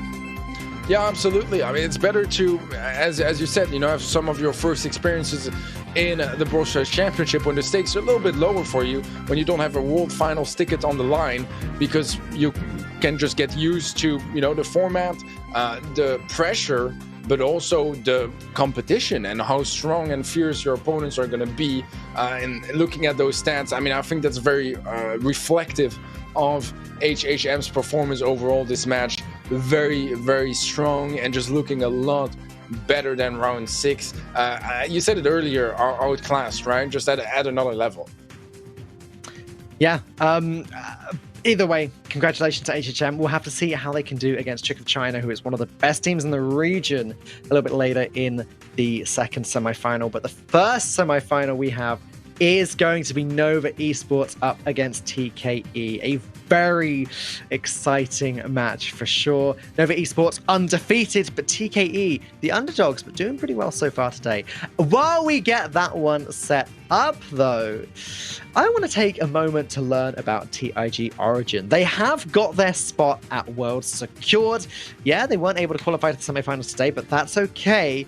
They are anxious now to hopefully get a crack at Nova next month and take them down in the Worlds. But wouldn't that be a great story, Teddy, if TIG take down Nova in the World Finals, having not been able to beat them until now? But for now, let's learn a little more about TIG Origin.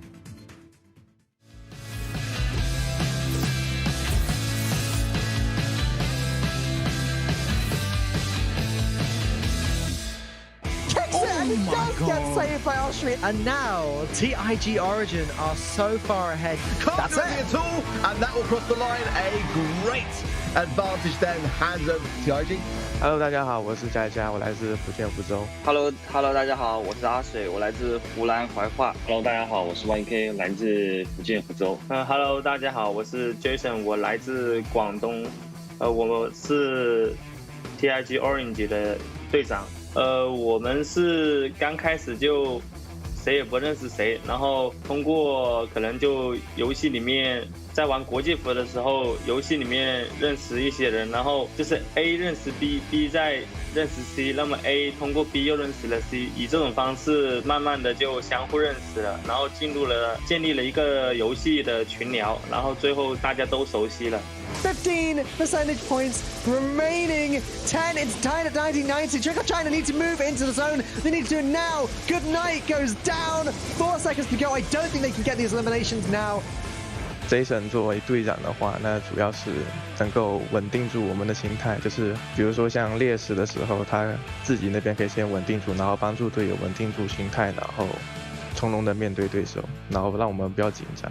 阿水是打边路的，然后他的特点就是会抓一波机会给团队制造一些优势。佳佳在队里面的位置是中路和边路，这个主要看情况来分配的。然后他就比较稳健一点，就打法比较稳健一点的打法。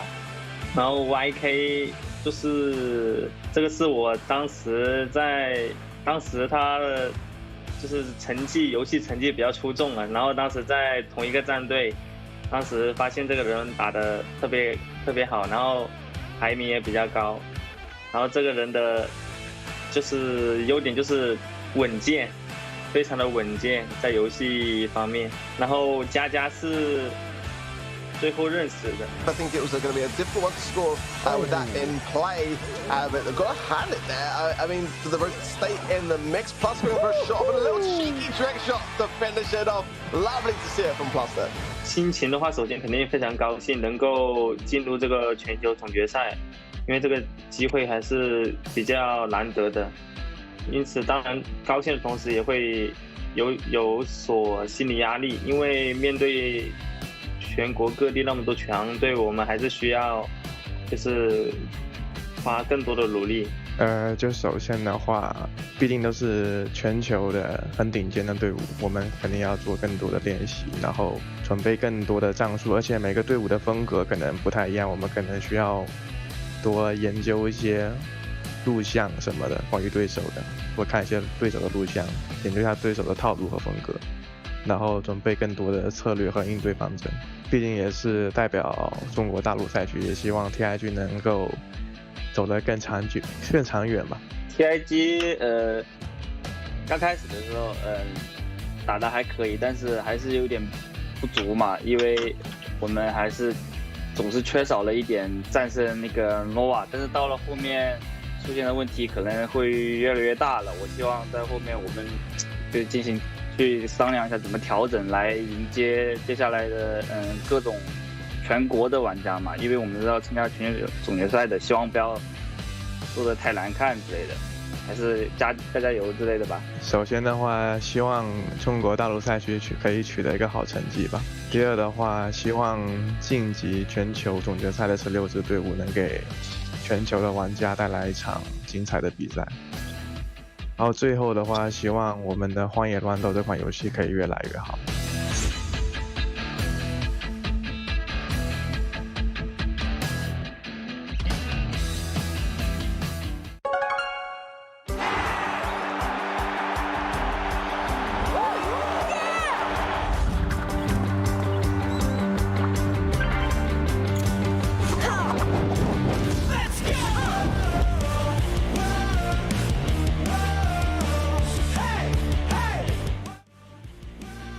Lovely little insight there from TIG Origin. Welcome back, everybody watching at home. Welcome back, of course. Telly, how are you doing today? It's our first meeting like this. So how did you find the game? It's very quick, I think it's fair to say today, right?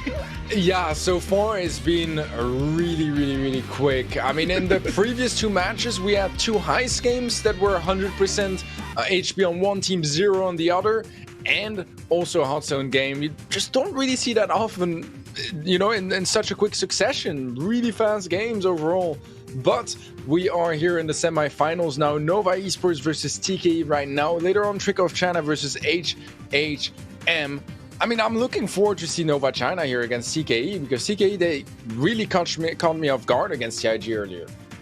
Yeah, I mean, Trick of China, again, that constant battle and rivalry with themselves and Nova Esports in the grand final today, so it could well be one of those days. Got a lot of games left to play before we get to there, and I'm very keen to hear what the community has to say about their predictions today, because there's a little glimpse as to what we think might happen. What do you think might happen at home? Use the hashtag TKE in the chat for TKE, hashtag Trick of China for Trick of China, hashtag Nova Esports for Nova Esports, and hashtag HHM for HHM. Nice coordination there to do between the teams and their corresponding hashtags.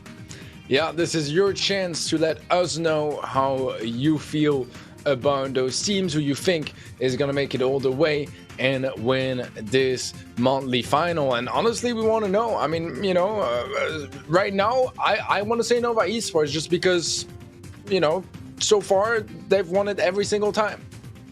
I want to say Trick of China because I want nowhere to go. I want it to be defeated, Teddy. I want it to happen. But you're absolutely right. You know, if they do get this win today in the grand finals, if they get to the grand finals, it could be stopped by TKE, of course. But they are going for the full 8 months in a row. And it'd be the first time it's happened in Brawl Esports history. So that's a huge prospect for them today. TKE, again, are some fierce competition. They took out TIG Origin earlier today, and they looked very convincing in the way that they did it. So I've got to say, I feel like they're in a really good place today. Yeah, no, definitely so. I mean, you know, TKE was a big victory earlier against TIG. Definitely, you know, a good start to the day for them. But now this is the real challenge for any team in this region, Nova Esports, and they are looking very deadly as usual. We start things off here on Hot Potato for Heist. Classic map at this point. Just really excited to see some Hot Potato gameplay in general. Genuinely one of my favorite heist maps for sure, and of course the bans will be very key here. Have to see whether there's any potential crossover for them, or whether they want to kind of go with anything map specific in that sense. But definitely I feel is one more balanced of the heist maps for sure. We get that ever evolving meta at the moment, where we had the big long stint, then we have Rico kind of being the ripe in terms of meta, still viable here of course, but I do like to kind of see whether we're going to kind of edge towards some other ideas today. Bans are flying in, Teddy. Have a look in a minute and just talk us through what you see, and whether you think that it'll be kind of specific to the first set, or whether we're going to see things to come. All right, well, Ashe is pretty, vague as a ban. It covers a lot of different modes and maps, nothing too specific there. We have it banned twice. Mortis is going to be banned by Nova Esports. An interesting ban, as TKE will be going for Bronk. Bronk makes sense, just really good. We explained that earlier a couple of times already today. Mortis for me is the more interesting one, because from my memory, Nova Esports played Mortis quite a bit as well. Yes. So I think it's a big sign of respect that they think that TKE could, pump off using that brawler against them, and that they genuinely feel like they can't get more value than TKE using Mortis. Be interesting to see how these bans change the action. I wonder whether it's changed your opinions at home at all as well, as to who might go all the way this month in the monthly finals. Predictions results be coming in thick and fast. What have we got? 54% of you at home think that Nova are going to go all the way in this monthly final. 23% for Trigger China, 12% for HHM to come. TKE, the lowest of the pack at 11%. So I think if that's anything to go by, Teddy, then the community are also then pretty overwhelmingly saying that TKE are not going to win this matchup.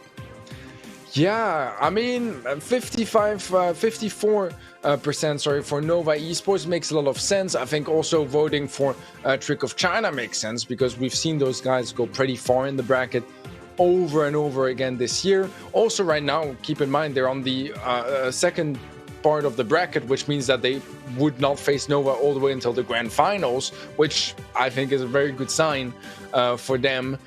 So I like that. The rest, I feel like, it's a little less important, as they are the underdogs at this point, and we'll have to see how they are able to perform, if they can catch us off guard and surprise us. We already have a couple of kills left and right. TKE starting off with a little more aggression. We'll get 4% off that save, but at the expense of some control and a chance for Nova Esports. So I was going to say to get some better positioning, but today just falls.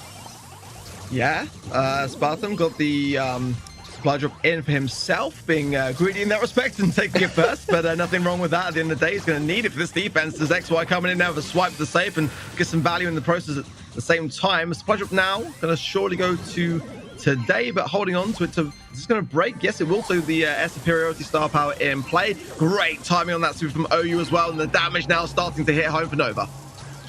Yeah, positioning is good now for Nova Esports, as some buffs have gone down already. They're all buffed up, I believe, actually, and with the map opening up, that can become really dangerous, especially for that BB to navigate around. Luckily, they do have the bell. However, missing that mark is going to be a costly mistake. His damage just keeps getting true on that save. 43% left, and they did manage to open up the position on the right side and remove one of those power-ups from Nova, but they took 40% in the process. Again, great pairing on that right-hand side between OU and Today, and the buffs are really starting to hit home again. Oh, a lovely little friend zone as well from OU, just to say no, no, no, allowing a Spartan to come on the left-hand side and say yes, yes, yes, as he gets behind this wall here in a really nice pinch, and there is trouble inbound for TKE. There's a lot of damage and a lot of HP in the favor of Nova right now, and they are starting to make up a lot of time for a really slow start. Yeah, 25 seconds left. And TKE, they have so much work to do. They need to push them out of this position and deal so much damage. This is an excellent position for Nova Esports right now, as OU is trying to deal with that. BB will get her low HP. XY falls at last, and with 10 seconds left, surely this is going to be TKE's first game dropped, as Nova Esports are able to take this one pretty convincingly. I mean, the start pretty good for TKE, but afterwards they were just never really able to recover. They struggled. It's one of these things with Ruffs where you've really got to make sure that value comes into play, that you get those supply drops in, that you buff up your entire team. Until that moment in time, it can be a little bit touch and go, and you've got to make sure you can really cycle that in fast for your team. Once it comes in, you can see just how effective it can really be. Surge, for me as well, is not really a go-to pick on Hot Potato, not by any stretch of the imagination. Ems as well, I can't remember seeing for quite a while, but that's why you really need a bit of helping hand in that respect, and it can go a long way. So absolute credit there to utilize that particular brawler. But yeah, bringing Surge. I don't know, what are your thoughts on that one, Teddy? Today rocking on the Surge. You know, we talk very often about some comps being a little bit more late game. You know, considering what late game is in Brawl Stars for very fast games. Surge is one of those brawlers, and it combines very nicely with Ruffs in that instance, because they both have that longer setup, as you need to either unlock your higher stages and set that up, or get some buffs for yourself and your teammates, which is going to take time as you need to get supers. So I think it was really well demonstrated how in the beginning of that game they were a little bit underwhelming and they started taking a little bit of damage. Yeah, that's very one-sided.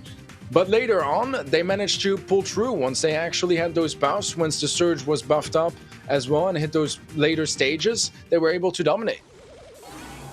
And yeah, that same comp coming into play. Today actually did very well there, considering the sandbags were down to get those shots to connect. I mean, that is ideally why Ruffs is a pretty decent brawler to have in the event of a Surge coming in. Again, it's a rarity to even see, in my opinion, at least in Hot Potato, but not going badly so far for Nova. Already down goes another supply drop already, breaking up the right-hand side. OU's got his already souped up as well in the mid. So already a pretty explosive start for Nova, and TKE have got well, Jesse, I mean, that can be good, but troublesome sometimes, and Cole, you got to land those shots. Already, that's a quick start, and 2 team members down for TKE Nova, starting to get hunkered down on this site. Yeah, what a good start from Nova. And, you know, we talked about that early game, that late game with the come from Nova Esports. If they start this amazingly in early game, God, am I scared once they're all going to be buffed up and already have the damage lead. Now, it can be turned around for sure, especially as Killua is going to get a nice supply drop for Secret, and that could help deal a little extra damage and match that extra HP that Nova managed to build up over time. Oh, you were slipping and sliding around these shots, and rightly so too, because you do not want to feed the Jesse. Secret will want to get that turret down. He'll want to get some value in on the safe, but as quickly as that, OU gets down the sandbags on the left-hand side, allowing Spartan there to push through. Sandbags go down again because he is low HP. He could throw the supply drop here, but not going to be greedy about it. Going to buff him for himself and get these taken down even faster. Killua there on the right, left-hand side, just struggling, ready to gain that momentum. Goes down, and now that's going to allow both OU, Spartan, and Today to focus all their attention on this safe. Not a single scratch has been done by TKE to the Nova safe. Yeah, so far it's been looking so good for Nova. This could be the first set if they manage to close this one out. So far, every sign has been leading towards that direction, as only 46% health is remaining on TKE's safe. Not even quite as much as I finished my sentence, and look at that, Nova able to close it out. TKA have given up for this game and set, as Heist is getting picked up by Nova. Very convincing. I've got to go out there and say it. Very convincing. You know, Nova didn't really seem to be out of control. You know, the kind of things there that were at the disposal of TKE with the Jesse save, the Jesse turret, sorry. And we never really saw it come into play at all. As soon as we saw it, it got taken down instantaneously. And, you know, again, it's not an easy thing to make Surge work in this environment, but Nova are making it look just that easy right now. Breezing through the first set. Obviously, plenty more to come, or maybe not if things keep going this way. Nova could be breezing their way through to the grand final. Yeah, we need a good reset now from TKE. They need to be able to stay composed, deal with this loss later, and just, you know, focus on the set there is to come now. Put all their energy there. But look at that Surge, man. 5.5 kills average in this set, died 1.5 times. That means he basically died once in one game and like twice in the other. That's really solid on his end. Yeah, that is very convincing stats, and again, just getting a ton of value for his team on a non-meta brawler, in my opinion, for this particular map. And again, I don't mind. I love to see various ideas across all the regions, because ultimately it makes other regions question, are we doing things right? Have we got everything locked in, or are we missing a trick here? And, you know, that is a very convincing way to demonstrate Surge on Hot Potatoes. But regardless, moving forwards in to Minecart Madness. Now, this, in all fairness to TKE, could be one that may go in their favor if they make friends with the minecart, Teddy. You've got to make friends with the minecart. Are you friends with the minecart? Oh, me and the minecart go way back, dude. Yeah, I mean, we're like that. Yeah. Yeah, I feel you. I mean, I've been trying to get, you know, in that inner circle, not there quite yet. But yeah, as you mentioned, you got to work with the minecart rather than against it. As you know, some teams will tend to see it more as a constraint and as a you know, an extra difficult element to deal with. Some other teams are gonna time their pushes accordingly, and even sometimes get proper, you know, pinches with the minecart, block access for your opponent's escape, or provide cover for yourself. You can find a lot of value out of it. You just need to play it smartly. And Nova Esports have definitely shown a lot of expertise doing so. So far, pretty even start. A couple more gems for Nova, but it's still very, very early into this game. I do like that too, playing the extra movement speed booster. I think it's going to go a really long way in assisting your teammates in the rest of the map. Yeah, maneuverabilities are always a great thing to have. The one thing I worry about, though, is that OU, if he keeps connecting these shots and Secret keeps... Oh, minecart! That's big. That's huge for Nova. Yeah, absolutely. I mean, I just wonder if OU keeps connecting these shots, it's going to ricochet into the speed zone. So ultimately, over time, that's 2 down already. 1 left. They're left to be used by TKE, but it might not even be needed to go down at this rate, because the gem count could well be inbound as quickly as that. Nova have turned this game around very convincingly. Wow, that was just a really poor timing. And most of the time, honestly, when someone dies to the minecart, especially if it's the gem carrier, it happens in a spot where there's no way for your opponents to pick up those gems. Here, it was just absolutely free. That's really saddening for TKE. Gonna be hard to come back from that, as the countdown starts now from Nova, and TKE, all they can do is try to stop it. Yeah, they're already a man down. That's not what you want when you're trying to prevent a push there. Secret is marked up as well. Minecart coming in just to block him out the way. XY as well, 140 HP. Surely nothing that can be done now in favor of TKE. Nice jump away from today as well, just to finish things off on a high. Nova Esports with a helping hand. Let's be honest, you know, the minecart definitely making more friends with Nova today than it is with TKE so far.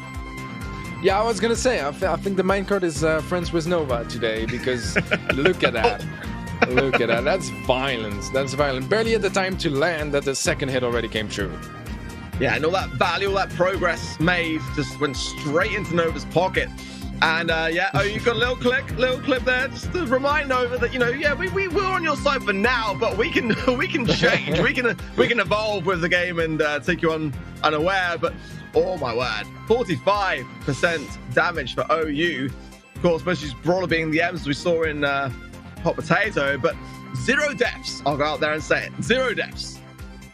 That's not a lot of deaths, and honestly, that's a really great thing for him and Nova. They've been looking good so far. They've been looking really good, and you know, we've seen some mistakes starting to arise here from TKE that we didn't see earlier today either when they were playing against Trick of China. Dying to the minecart can happen to the best of us. It really does, and sometimes in really important matches. But with all the gems as a gem carrier, it's and in such an aggressive position as well. That has to be, you know, some nerves coming in as well, because that's just, you know, not something you expect to see at this level. How often do you get to say 0 deaths as well? Unless you're watching OJ, you know. I mean, it's a rarity. Oh, nice pick up there from Killua with the homemade recipe, but can't get these gems just yet. They're going to be body blocked by the minecart today. Seizes the opportunity under that lollipop drop there just to come back with something to show for it. But now the problem for Nova is to get out of this position here, as now TKE take a really nice stand into the mid. Minecart going to push Killua forwards, but nothing that he can't really handle here. I like the way that TKE have come in, and hopefully some change on their side, because they've got to get off the mark today. They're falling behind, and if they don't win this game, they are under danger of going two sets down. Well, to be fair for TKE, in the previous game, until they lost Killua to the minecart, they were in the same position. They were starting to build up a little bit of a gem lead, and they had really nice center control, were able to bully Nova Esports back in their spawns. Hopefully for TKE, there's not going to be a minecart this time around. At least he's going to be staying alive with the gems, although Nova Esports have managed to recover some ground mid and start building up their own gem economy, just one behind now. The Byron pick is smart from Nova, I feel. It's just so good to be able to have in your back pocket to keep everyone fully in control. Spartan taking some shots, but again, it's where these hills come really into play, and the follow-up as well from OU was strong, getting the takedown on that top right with the help of Spartan. Secret low as well on the left, and the follow-up from today is going to seal that final nail in the coffin. Difficult place now to get out of here as Piper Killua does his best to open everything up, but dies along the way. XY can't push forwards. That is surely going to be a countdown gem dropping in the map, and today will be the one to pick it up. Yeah, that was a big kill, because now they might even be able to get the 11 gem. Oh, perfect timing with the minecart as well, providing that extra cover, and some nice timed aggression from Aspartam. As now TKE, they need to find a kill on either today or OU, but neither are gonna go down, and Nova Esports, they already pick up a second set just like that. Ark, we had some really quick games in the quarterfinals, some really quick matches so far this semifinal. Despite us hoping and expecting it to slow down a little bit, it's been going just as quickly. I don't know who over in mainland China has told them that they need to wrap up early today, because at this rate, this could be one of the fastest monthly finals we've ever had. I feel everyone is just performing exceptionally well in every instance, in every series. But right now, there is a big separation between TKE and Nova Esports. Nova looking just so dominant. Every now and again having a bit of a slow start, but they're able to keep that composure, the turning around everything that TKE have to throw at them, and that is the reason why at the moment they're 2 sets up. If TKE don't start to go into, not panic mode, the opposite really of panic mode, control mode, they've got to start to bring this more under control if they're going to stand any chance of getting to today's grand final. Yeah, I mean, we had some signs of life towards the end of that second set, but it was still far from being convincing, which you need even much more than that when you're facing Nova Esports. Just as a reminder and for context, again, they've won 7 out of 8 monthly finals. That means that not only did they qualify for each monthly final, they won every single match they ever played in a monthly final this year. That's just incredibly consistent. And so far, they're not showing any signs of not finishing this year perfectly. Backyard Bowl is going to be up next. Ark, do you have any brawlers that you see fit for this map? I think Byron's going to come out again for Nova Esports, and just to add as well to what you were saying, like they haven't dropped a single match as well in the qualifiers. That's the thing that we don't often get to see a lot of in that respect. But yeah, that's huge for them. I always like to have like the long range brawlers here. Brock not being actually Brock was banned, right? So that's a big factor here. Ultimately, the Brock and the Ashe. I don't really know whether Ashe is actually as strong as a lot of people think in backyard bowls. The times that I've seen it, it hasn't really come out to play. But ultimately, with Byron, being a key factor in that comp, but Ashe is banned either way you look at it, so we're not going to see that one. I think that A-Bit can have some moments here, to be honest, but Ems can also do a ton of value. I think B as well, for me, is a great one to have. But Bell seems to be underutilized a little bit in mainland China. Going to be the Piper coming out for Killua. Bell, sorry, is actually going to be used by OU, so I like that idea. The rough sandbags as well from today will be a good deterrent of that Piper. 1 gone down already, so 2 more in the back pocket. Spike as well for XY is a great choice here, and I wonder how the Leon will fare on both sides. Yeah, I mean, comp-wise, I think the most interesting thing here for me is the roughs. I feel like it's just not a brawler we see that much on this map. So far, it's been going pretty well for him. Going to be opening up the right side as well. A buff available for Aspartam. Gonna pick it up, and they can't really score out of that team wipe, but they can gain some better positioning, work towards buffing up their teammates, and honestly, I think that's as much as they can ask at this point. Great mark from OU there as well, and the takedown was swift. It has to be in all fairness, because ultimately with the air superiority star power from today, he's going to be breaking up the map with these supply drops along the way. You're going to kill you, have that range and that maneuverability to his disposal. He has a lot of range over this Nova comp, so Nova are taking a big risk, but it does seem to be paying off at the moment, as TKE are definitely on the back foot. Secret found out there, and the sandbags go down for some nice protective measures. But again, I got to ask the question, how are Nova going to be able to get this ball out of the pocket and into that goal? Yeah, it does sound complicated, as you said, because now the center area is so open as well, and sure, you know, it's a side of CKE, so it's going to be less cover for them to defend, but in fairness, Nova Esports, when they're going to be pushing forward, trying to see some more control, they'll have the same exact problem to face, that there's just not a lot of cover to work with anymore. And for a brawler like a Leon or even a Ruffs, you do really want to utilize that cover as much as possible to try to evade some of those Piper shots. But look at that, a nice double kill from Nova on the left-hand side. Only Secret left alive. The team wipe is there. Respawn comes through from Killua, but it should still be a goal. And indeed, Aspartam is going to tank it in, and Nova Esports take the lead 20 seconds before the end of that game. Got a shout of a man today there. He juked a lot of spike shots along the way. Got that air superiority down to break the mid, and credit as well to Spartan to bounce it off the wall, to pop the super to get that invisi hill on the way, to then walk it in. Nicely done from Nova. A great time for it. 5 seconds, not going to be nearly enough time for TKE to do anything about as quickly as that. We are now on a match point situation from Nova, and they've still not dropped a set. That, again, you know, they've only dropped 10 sets this entire year in monthly finals, and today is looking again just like a clear line to the finish line.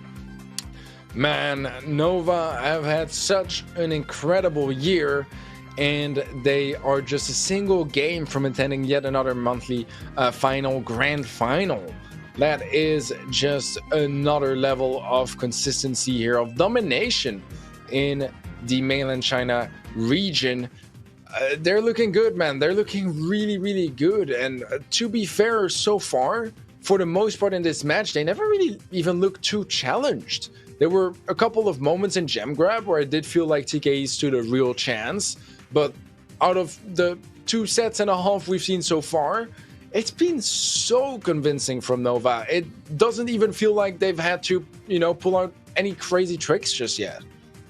I thoroughly agree, I've got to say, and it's thoroughly noticeable when you look at the brawlers that they're having in a lot of these instances. You know, Ruffs is a tough thing to bring out in Backyard Bowl. Surge is a tough thing to bring out in Hot Potato. But yet every time they do it, they're able to really show a clear understanding of how to really, you know, use the brawler's strength, and also how to avoid the weaknesses as much as possible. The hill comes in from OU today, just going to absolutely clear it off the line. Within 13 seconds, that ball went from the middle into the goal. Man, I just feel for XY that thinks, okay, this is time to bring our secret asset, our secret strategy, the Mr. P on backyard ball, which is just a brawler we barely ever see used. Wow, look at that. That's already the next goal. Fair enough. I can't even tell my story. That's Nova Esports 3-0 going all the way to the grand finals. I mean, what do you say to that? What can you say to that? I mean, you know, some teams will go into match point and show signs of weakness. You know, they'll maybe buckle under the pressure. Not Nova Esports. They're just like, yeah, we're here, and now we're just going to qualify for today's grand final as quickly as that. I feel almost bad for TKE, but not that bad, because they did perform incredibly well today. They had a big upset, you know, earlier today by taking out TIG Origin, you know, a team that have given teams like Trick of China a real problem this year in those semi-finals. So, you know, they have done a lot of great work, but again, Nova Esports just the more superior team today. Man, it truly feels like Nova Esports are doing some sort of a speed run today. I'm expecting, you know, a new category to pop off. The any percent monthly final, yeah, wow, what a strong performance from them. They're looking incredible in that last game. I couldn't even finish it, but man, I just felt so bad for the Mr. P. I feel like it's so brave to bring in a Mr. P, and then you have to face a Frank with a Max and a Poco. Like, you're just gonna be tickling him. What are you gonna do? It's just so sad. I'm just so, look at it, Mr. P. He doesn't even know where to go. Mr. P just getting bullied, absolutely. Just as well, again, to point out, you know, Nova Esports have only dropped that 10 sets all year long in monthly finals, but to put that into some perspective, you know, SK Gaming are the only other team to have made it to every final of this year's monthly finals. They've lost 18 sets by comparison, so almost double that of Nova Esports, which is honestly quite incredible. They look to be doing it, Teddy. They've got that last hurdle later today in today's grand final, and one of these two teams is going to be that to face off against them is going to be either Trick of China or HHM. HHM, of course, we saw last month, but had a good start this month. Trick of China have been around the block in this region this year, and have faced off against Nova a couple of times in the monthly finals. I think 4 times to date. You know, where are you placing money on this one, Teddy? I mean, the favourites are Trick of China, but have HHM got it within them to make an upset? Thing is, HHM looked good earlier, don't get me wrong, but the question might also just reside in, you know, the skill of their opponents that they were facing in those quarterfinals, and that can obviously influence, you know, how convincing their performance looked. So personally, I'm just gonna go the safe route. I don't know HHM well enough to really, you know, place my bet on them. I would just go for the Trick of China prediction. I feel like we know them. They've shown us how good they are in this region. They're the second best team of the region, to be fair. At least that's what the leaderboards are saying, and that's what I expect them to show us here in this semi-final. Well, Shooting Star will be the first map for Bounty straight away, so it'll be a kind of slow-paced start, which I quite like here, actually. Gem Forts as well for Gem Grab, be following that. Pinball Dreams for Brawl Ball. Bot Drop for Siege if we get to the 4th set. Pit Stop then for Heist as the 5th and final set. I do like this map here in the first set, simply because it gives teams a chance to really kind of warm to the plate. It's not the most you know, intensive of objectives in that sense. You've just got to stay clear of bullets, Teddy. So, I mean, if you want to go on the passive approach here and kind of ease yourself in my opinion, that's kind of advisable in this respect. You know, if HHM go with that strategy actually and allow Trick of China to be the more aggressive, they might be able to turn things in their favor. Yeah, well, we got our bans in Tara and Ash for Trick of China, Brock and Ash for HHM. Okay, all right. They got to figure something out with those Ash bans. At this point, there needs to be a team that thinks, okay, everyone is banning Ash. We can have an extra ban if we ban something else than Ash, because our opponents will ban Ash. The problem is if both teams think that, then suddenly Ash is playable.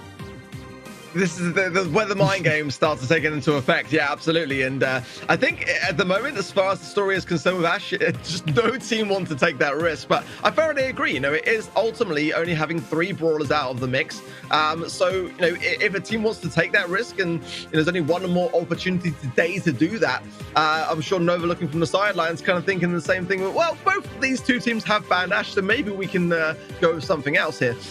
You know, 73% of you guys at home think Trick of China have got the edge, and again that would go in favor of what you were saying earlier, Teddy, and of course myself too. 27% say HHM can go all the way. Again, I've got to root for the underdog, but I think you're absolutely right. I think it would be kind of you know, maybe a bit too much to say that you know, HHM can go to the grand finals. Again, they've only you know, this is their best performance to date. Getting to the semi-finals today is their best performance. Last month they went out in the quarterfinals and they didn't get a single set under their belt. So in that respect, there's a lot of work to be done still. Oh my word! What do you think of the comps from HHM straight away, by the way? A triple healer is definitely an interesting choice. It's something we used to see more often back in the days in Bounty. I'm thinking more BSC 2020, about late in that year. We saw that a couple of times being played. Not necessarily on this map, obviously, since it was in a competitive map pool, but still, not something we see a lot nowadays. It can do a lot on a map like this, especially facing a Nani, where the peeps are just not going to be quite as effective, because a lot of brawlers you won't be able to one-shot, or will have some way to dodge or tank your shot like a healing station. So it can work. What is a little dangerous about it is that you don't necessarily have as much of a burst of damage as you have with, you know, something like a Piper or a Nani. Oh, this is not a good spot. Nova are handling the pressure well. 9 stars down the blue star to the 3 of HHM, and they've got to be a bit more composed in these positions here. They go so much on the aggressive, which is a good thing. I do value that a lot. In Bounty, you've got to be aggressive. You need those stars. It is your objective, but you've also got to be calculated in your approach as the peep comes in here. Green Eyes trying to tank it a little bit. That was a pretty bad piloting there from him, so you have to do better the next time round. But that is a good turnaround. Not enough, though, unless Good Night goes down here. Still just slightly behind, but Tricker trying to close the gap. Yeah, it's only a single start. So HHM still got a shot at taking this first game. 10 more seconds. They gotta go for a push. They need to find an opening. TIG Head gonna be dealt with quite easily, but Imp is able to find a 1000. Green Eyes falls next. And although it's not quite a team wipe, it might as well be, as Trick of China pick up the first game of this second semifinal. There were some chances here from HHM. They put Trick of China in danger a couple of times, just never really managed to capitalize on any of their positioning. And yeah, I mean, you have moments like this where you feel like Trick of China were cornered, but maybe a little impatient on the side of HHM, not really taking their time to build up, getting a little overexcited. And when you overextend, you're opening yourself up to a lot of damage heading your way, and that's exactly what Trick of China did. They punished them every time they went a little bit too aggressive, every time they were a little bit too quick to push forward, and they made it look really, really good here. Yeah, the Nanny can make short work of the Pam as well. Imp on that side of things. Missed that peep along the way. A few mistakes, no doubt to say, but ultimately, you know, it's early days. A couple of mistakes as well from 1000 I felt on the Byron. There, you know, if you're going to run in with that kind of comp, you gotta have a safe pair of hands on that Byron. I saw a gadget pop that was followed quickly up by a shot that saw his demise, and then as well towards the end, sort of stood still just a little bit too long and got a quick swift shot from Imp on the Nanny there. So, you know, again, you know, if that is a comp that HHM are going to be, you know, sort of stubborn to run here, they've got to start to be, like you say, less overly aggressive. They've got to start having a more control-based push and commit at the right time. They're going in too early, and that's their problem. And it's just allowing Trick of China to really punish them for that. And you know, a team wipe was on the cards more often than not. They were starting to push them deep back into the spawn, but when the key moment arose, there was just nothing left to support the push, and it just went down. It actually favored more Trick of China in that respect. Yeah, no, I completely agree. I mean, especially, you know, I think the main chance and main opportunity for HHM that game was when everyone from Trick of China was on their side of the map, almost pinch, and HHM had a real shot at shutting them down. Yeah, they pushed a little unevenly as well on the map, with someone going down at a really bad timing on the top left, and then on the right side, it was a 3v2 suddenly, you know, and they were not able to really hold on to it. But look at what we got here. Poco, Pam, Mortis on both sides, and Green Eyes kind of just went in solo there, with no assistance whatsoever from his teammates. That's just not the right way to start. I mean, he got the blue star in the process, but he gave his life away. And look at that, White is absolutely popping off. That's a team wipe, and Trick of China, they start things off with a 7-star lead. Well, Teddy, as you know, I am the first to complain about Shooting Star being a stale meta. Well, not today. Mainland China coming in strong with the Mortis and the Pogo Hill comps. I mean, I don't think I can say that I've ever seen it. I'm pleased to see it nonetheless. At the moment, it's HHM with just that 1-star ahead and that blue star. But, you know, I guess in this respect, maybe the aggression and that side of things that we saw in the last game could work out better here for them, because they seem to be more at home, but they've got to be very careful to not overcommit yet again. Yeah, I mean, this time around, Trick of China going a little too aggro, as they end up losing White and giving the lead to HHM, which is not ideal. It was not really a push that they needed to go for, but this time around, White makes it clean as he picks up the triple kill, and Trick of China are back in the lead. What a series of kills there from White. I've got to say, yeah, White is popping off, and it's not an easy thing to do, but look at him go! He's cycling the server so well. There it goes. Oh my goodness. Oh my word! Absolutely disgusting. White is on fire right now. Man, in a span of 5 seconds, we had what, 4 supers, 5 supers?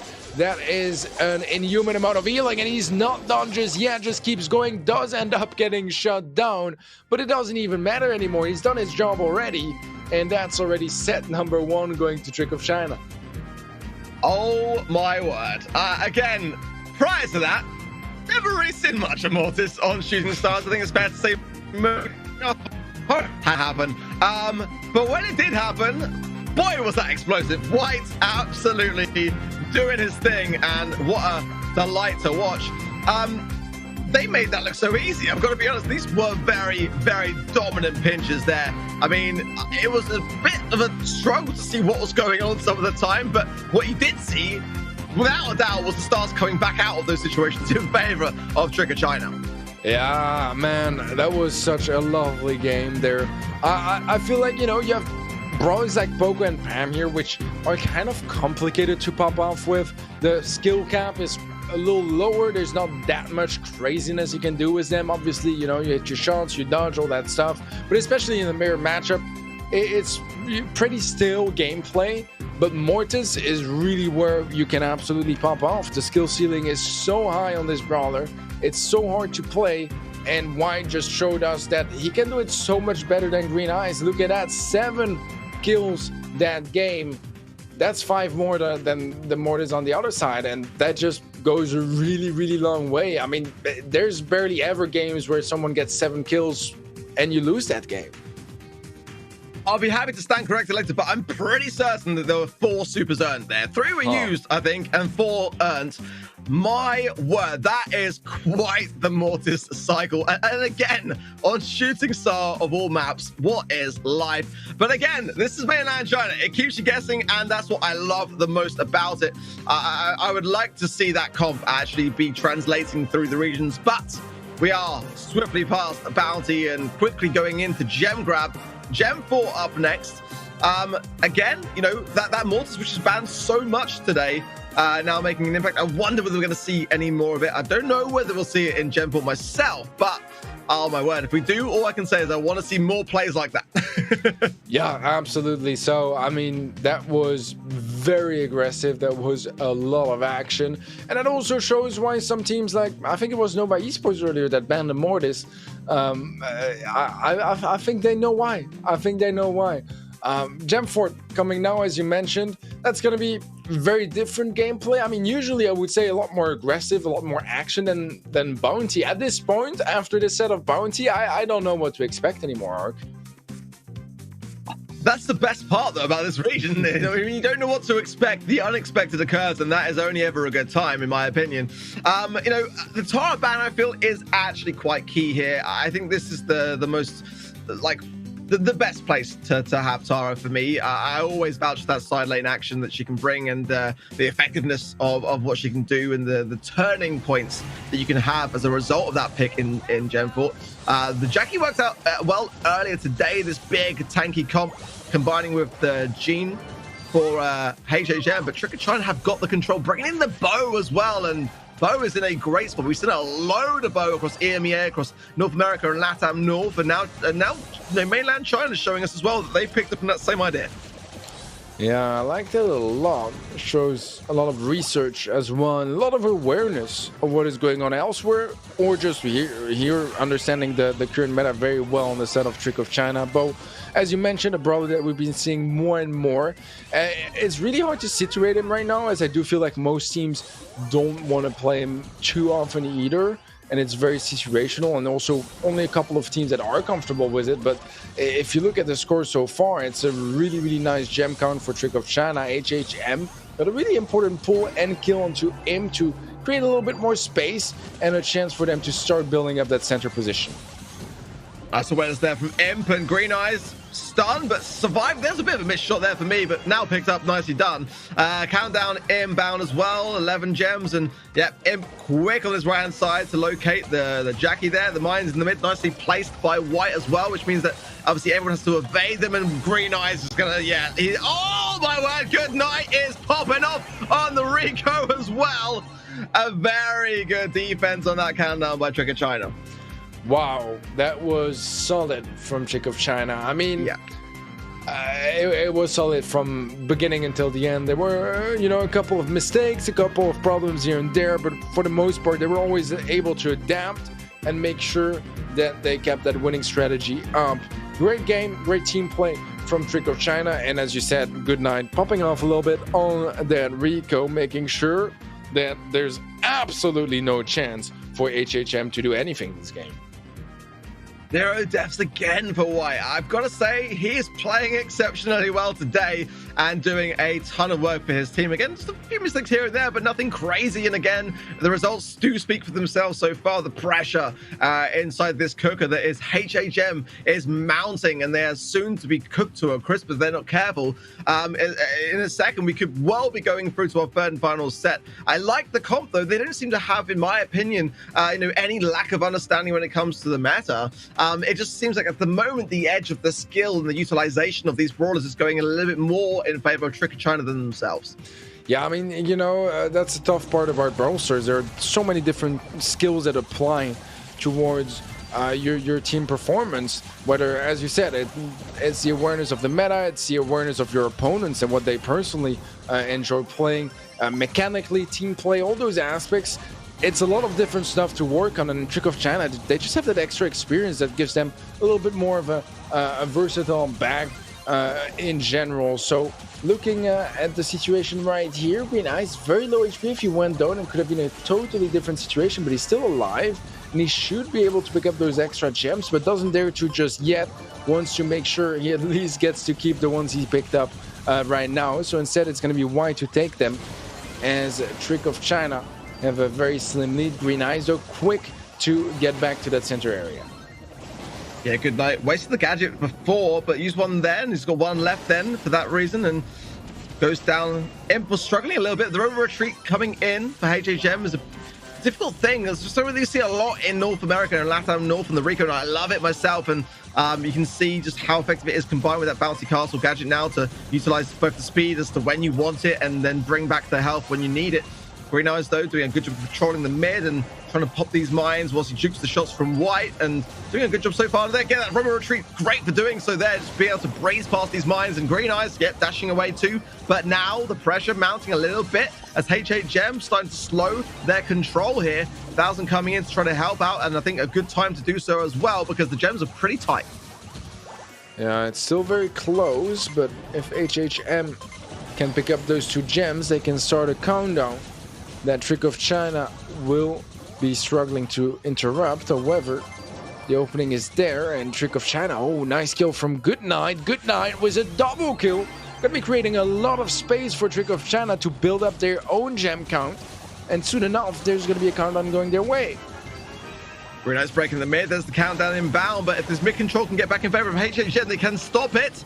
1,000 with a very important takedown. There's that gem just lurking in the middle there, and Green Eyes is going to go towards it now. Gain super in the process. There are mines around here as well to be wary of, and everyone knows it. White goes to then bring back the countdown there. Very important takedown the right-hand side. Imp, though, coming in for the snatch as well. Green Eyes goes down, and that's an important turning point for Trick of China now, as they surely will take this second set as well. Good jukes from White there. That was a super inbound that could have been very costly to reset from HHM, but that is Trick of China doing their thing and taking the second set.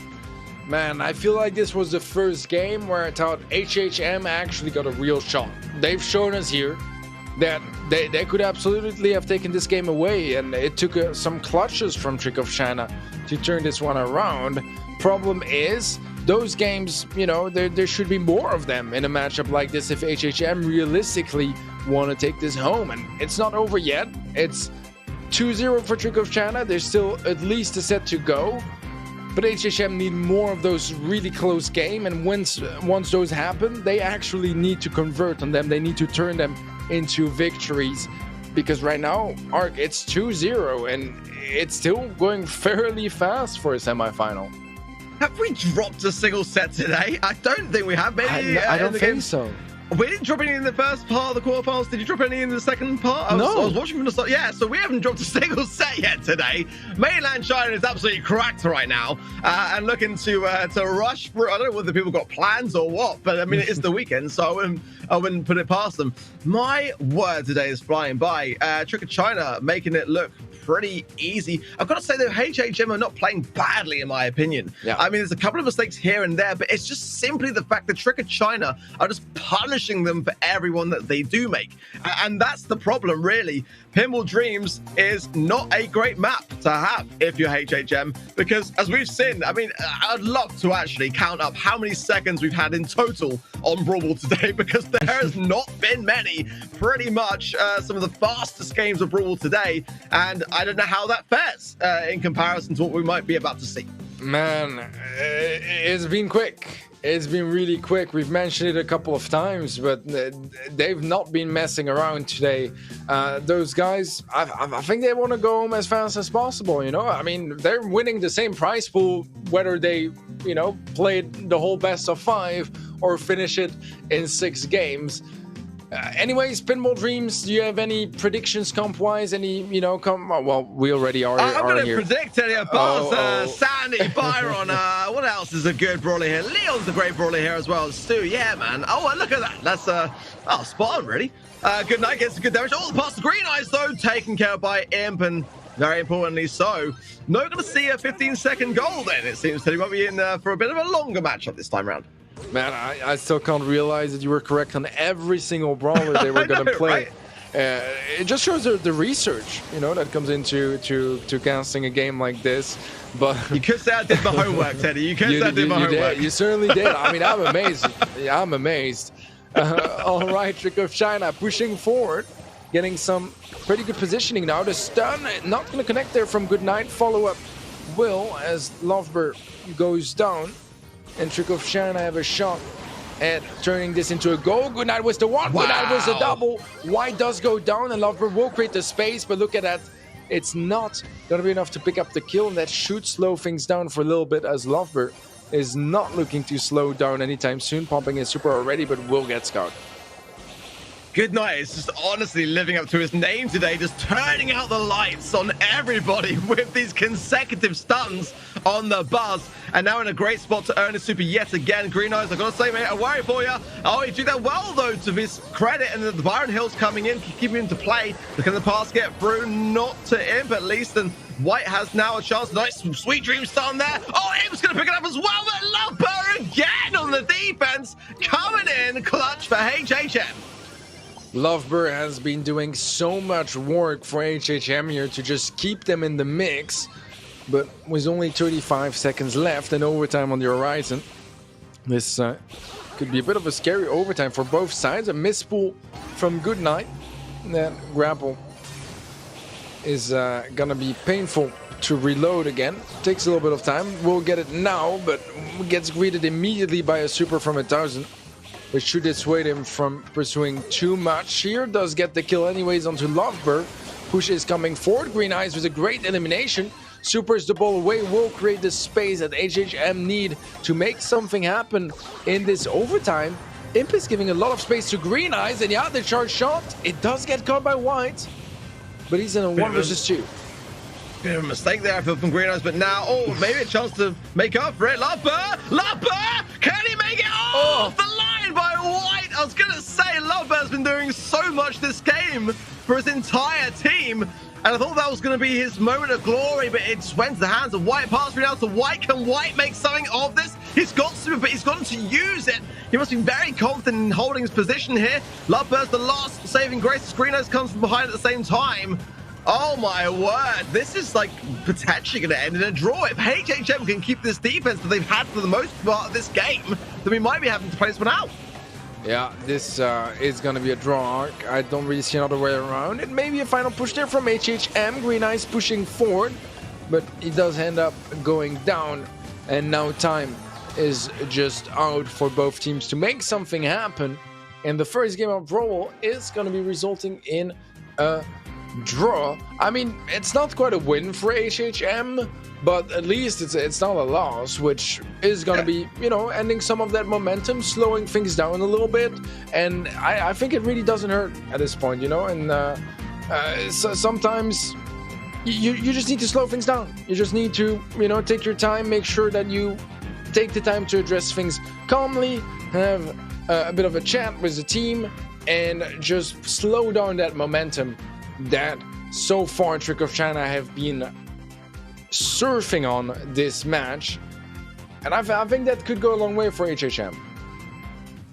I felt like, you know, I don't want to say it could have been a goal, because ultimately it's hard to tell sometimes whether you're when you're spectating whether someone has the ammo needed to make the shot. But in with that close shot on goal, and I thought that was going to be it. I wasn't sure that it was like maybe the reactions, or again it could well have been the fact that they didn't. But was just, I don't know, just seemingly doing the majority of the most important players, it's fair to say, in that matchup for HHM. But like you rightly say, a draw is not a bad turnout for them. It slows the momentum. It allows to, you know, stop Trick of China just walking over things. Or, you know, the question I asked as well is that, you know, or are Trick of China just playing with their food at this point? That's the question. They've been so consistent in the previous sets, and they made more opportunities in that matchup. There's no question about it. So I guess the question now is, are they going to stick with their comps, or are they going to switch? I'm not entirely sure. I mean, I feel like Trick of China had quite a bit of success with their comp. They were definitely defining the pace. They were definitely the aggressive team in this matchup until overtime. Once overtime kicked in, obviously the buzz just didn't really do as well. And that's where HHM started to find their own groove and pacing. So I wouldn't even be surprised if we saw something similar comp-wise from Trick of China, and maybe even just HHM going for a switch here, as they were the ones that really struggled until overtime. Mr. P. We have a Mr. P. Yeah, Mr. P. I mean, we saw it's it not too bit. bad. I'm not opposed to it myself. We saw we almost had a break there, love that. We've seen a lot of Mr. P in LATAM South, and honestly, I don't think it's the worst thing now. It's kind of like not necessarily so much of a meme. It can be hard to deal with, but good night. Whatever way you look at it, we'll need to get his turret down quickly to allow this portal to start to run riot here, as Imp and White just using the healing off the back of that healing wins. White now in a great spot, throws out the super. That's the takedown. TO0, a little trick shot off the backboard, will take the early goal. Man, I love how White just decided to, you know, have the extra style points in this process as well. And just talking about the Mr. P pick real quick, I think it's a decent matchup for him here. You know, the Stu, even the Leon is not too bad. Especially porters can go a long way, and you can also get a lot of damage very quickly against the Byron. But we are back with another push from Trick of China, and this could be the goal already. Yup, that's the stun follow-up kick, and Trick of China are at match point, a single game away from meeting Nova Esports once more in those grand finals. I loved, by the way, watching White in that game and just juggling plates, honestly. Like, he was so aware that, like, when his shots were enough to do the job, and just to stop committing to someone and just to locate someone else to focus his attention on. And how did this even get through? Their Sweet Dream stun was the reason why from Imp. So a massive shout out to him, because that ball had nowhere to go but into the hands there of HHM. But that clutch gadget making the ball pass through, and now match point then for Trick of China. They could well be the 5th time running in a grand final appearance with Nova Esports. Man, it's definitely on the menu. We'll see. They need to win one more game. HHM, so far, they have shown some signs of life. Here and there, they've shown, okay, we can actually give Trick of China a run for their money, but they need more than that. They need to take their money. And we haven't really seen that just yet.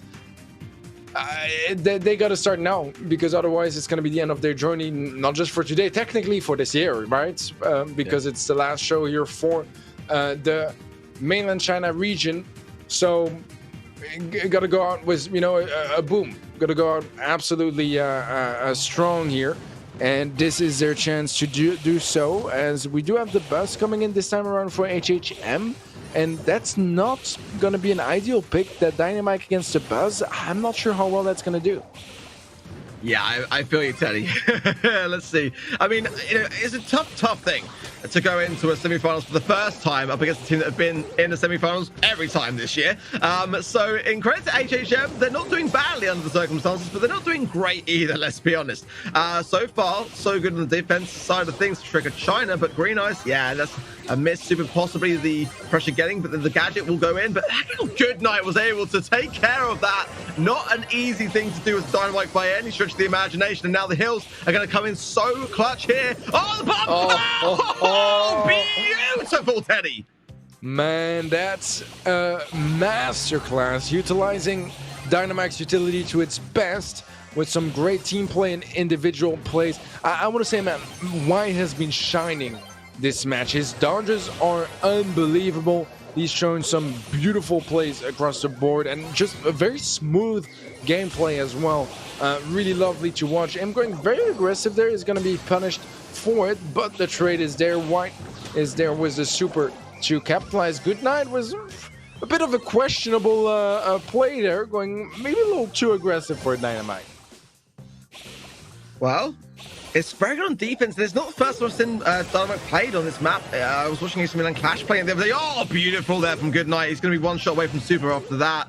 And, he's able to utilize a lot of these Dyna jumps in such a great way. And as long as he keeps using the wall to his advantage, there's very little that HHM can do except really utilize the buzz. They've got no wall-breaking abilities, and that's the problem. And this is why the control is so much in favor of Trick of China here. As a nice juke again, as Green Eyes struggles to land these super shots, but White taking no chances, pops his gadgets, try to keep Imp in this position as long as they can to allow their teammate to respawn back in. Only 20 seconds though, and HHM, they need a goal. They need a goal or they will be going home. Instead, Good Night somehow escapes that again. That should just not be the case. That just should not be the case. Ridiculous stuff there from Trick of China. They make it look easy and show us some classy plays, securing their spot in the grand finals to face Nova Esports once more. Oh, we're going there, Teddy. We're going all the way again with Nova Esports and Trick of China again for the 5th time this year. So the question now is, do Nova Esports have it in them to go all the way for a clean sheet this year? Or are Trick of China going to stop them in their track? I gotta say, man, this play in Bounty for me, an absolute highlight. White excelled today. He just absolutely excelled in this series. I think he's shown us some of the best individual plays I have seen in any region. Absolutely wild how much he's been able to find with a very, diverse brawler kit as well, showing those more displays, but then with the Byron, and those are brawlers that have just drastically different roles. You go from a support healer that is really long range to Mortis, which is a close range, high mobility, high regen sort of brawler. So I do really like that aspects of him. Look at this, playing Bo now in Gem Grab. Just so many different brawlers, and on all of them he just shows how good they can be if you play them at their full potential, and I'm really impressed. It's a player that we've had our eyes on for a while, but just as a really good mainland China player today, I'm really impressed, and I think he might be one of the players I'm the most excited to follow for the remaining of the season and even the next year. And looking back at the replay, it was that 4 super turn, by the way, just to point out from White, in that moment of Mortis madness. He only used the 3, but he earned 4 off the back of it, and oh my word, this is the thing that's scary to me, Teddy. I'm just going to go out and say it. Like, watching how Trick of China performed, they are performing, in my opinion, at their very best right now.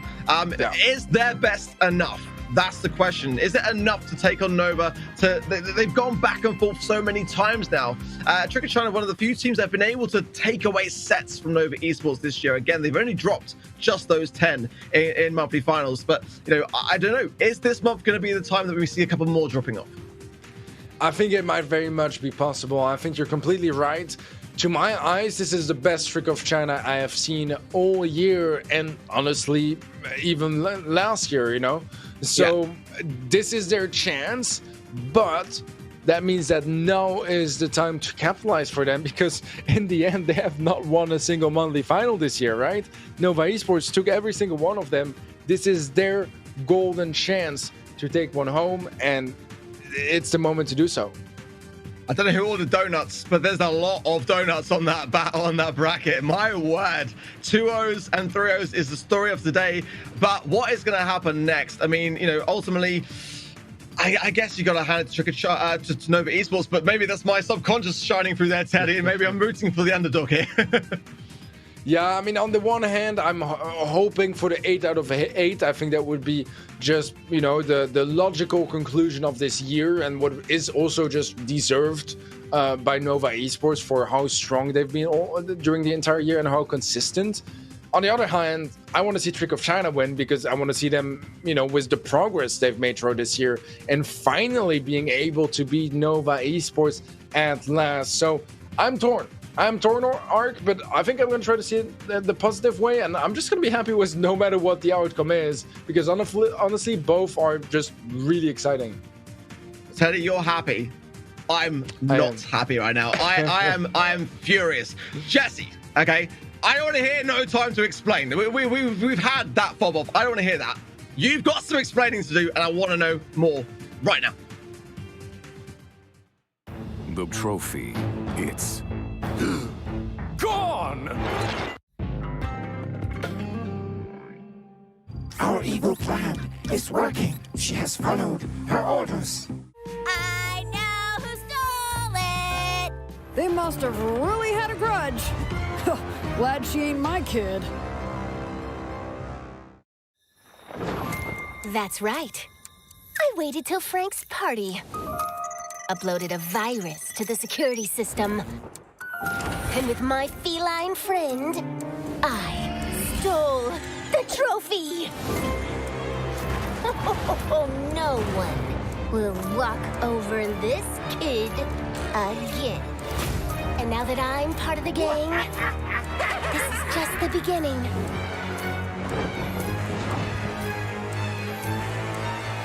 Say hello to Cat Burglar Jessie.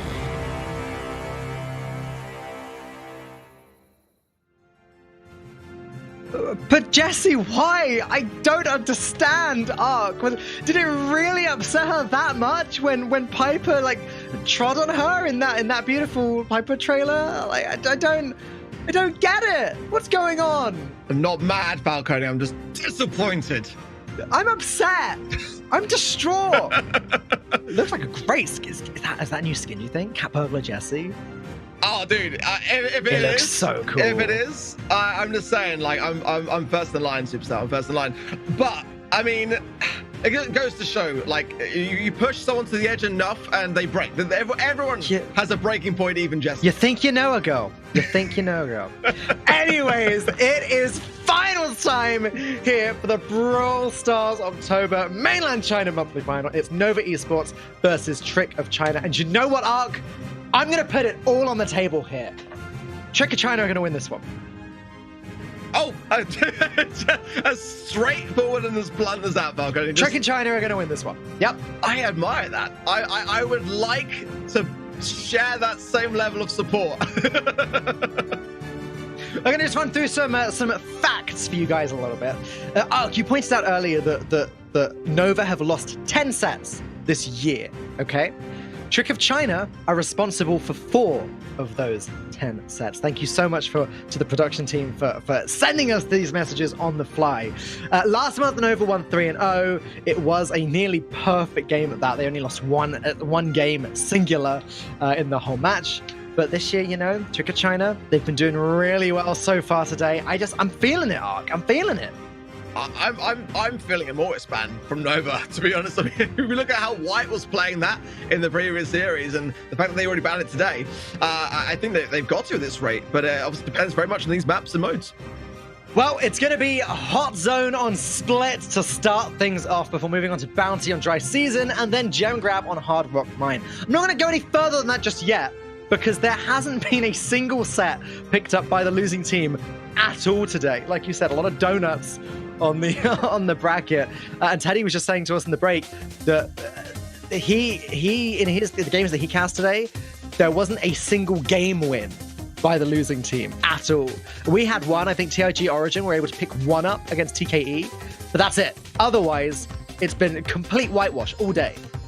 I think there will be a first if we see another 3-0. And, you know, just imagine the irony. Imagine the irony if it's Trigger China to get that 3-0. I'm confident. I think it's going to be a close game, but I think Trigger China are going to win this one. Let's take a look at the picks and bans, and let's see what they have decided to go with this time. Mortis banned! You called it! There it is. Ash also banned my Nova. We got Rico and Ruffs banned on the other side of things. Wow, okay. They seem like very targeted split bans, you know? Like Rico and Ruffs, very good on this map. Just get rid of them. Gone. Forget about it. You know what? I wouldn't normally advise the Colonel Ruff's ban. I mean, it hasn't really shone as a ban for me in many, many months. But ultimately here in region, it is a go-to thing to have in your back pocket. Great for dry season, great for split. I can see it working in the majority of this series. So I actually think that's a really smart ban. Again, Rico as well. Well, not like a forefront ban, but an underdog ban. And, you know, taking that risk, as myself and Teddy were discussing it earlier, because we've seen every single series today have those double Ash bans, more or less. And, you know, to take that risk from Trigger China to go out there and be bold, I like that. And I think it might say a little bit about them and what they've got left to come. Awesome. Well, I'm excited, Ark. I know I'm really putting myself on the line here, but you know what? It's the last monthly finals that I'm casting this month. It's the last monthly finals. October's the last monthly finals of the year. You know, I'm willing to go out with a bang here.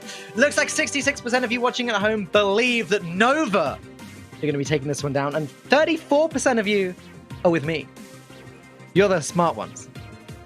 I don't know about that, but I mean, you know, it's, you know, just valid amount of support. In fairness, okay, again, this will be the first time it's ever happened in Brawl Esports history. If Nova Esports do win this, then they will be the first team in Esports history to have a clean sweep, not just in the monthly finals, but in the qualifiers as well.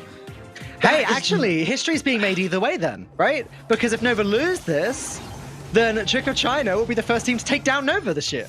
So regardless of what happens, this is a historical Brawl Stars match. Yep, that is absolutely spot on. Well, at the moment, not going great so far for Trigger China, who are a little bit behind on the back foot. Good Night as well goes down, and that is complete control in favor of Nova Esports. White is going to struggle as well against the might of that spike on the right-hand side, utilizing the bounce pad, and yeah, that's a tough landing. I don't know if the strategy is going to work up against this composition in particular. We've seen this Rico, Primo strategy again and again, and usually I believe it's worked every single time, but let's see. Imp is going to come and help out and try and get rid of that spike, but both of them get eliminated. Goodnight was doing an okay job at collecting points on the left side, but the problem is OU was also collecting the points on the left side.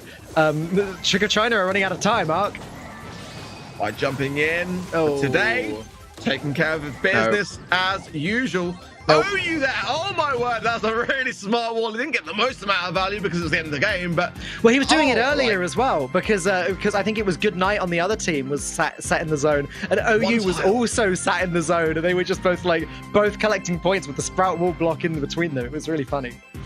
I mean, that is, again, a product which I don't know whether I would go to myself, but it just goes to show that it's in such a strong place regardless. The value there from OU, just able to do his thing so successfully well there, and, you know, more or less uncontested for the most part. 42% team damage for today. 0 deaths again. What is with the donuts, Falcone? Spike's a pretty good pick against a Primo. Let's just go ahead and put that out there. Yeah, I mean, that's exactly the brawler that I would like to be taking in that event. And again, a good thing to point out, because I'm pretty sure that is going to change in the next game. Yes, I don't expect the Primo strategy to continue, and I don't expect the Spike counter to continue. But then again, what if Nova changed their strategy and Trigger China don't change their strategy, and then the Primo strat works? That is true. Yeah, the mind games do their thing. Could happen. I like Edgar here, man. I'm just going to go out there and say I really like Edgar. It would have been great as well to have there against the Sprout. It doesn't seem to be utilized so much in this region's meta, but, you know, it is one that I really love to see. I think Spike may just keep staying here simply because it's a great thing to have in the event of any tanks. It's a good thing to have, and also great for area denial and control. But again, these bans very key and important here because the Colonel Ruffs would have been a great thing to have here. Tanks coming all out to play for Nova Esports, but the B on the side of Trick of China, that might not be great timing for Nova.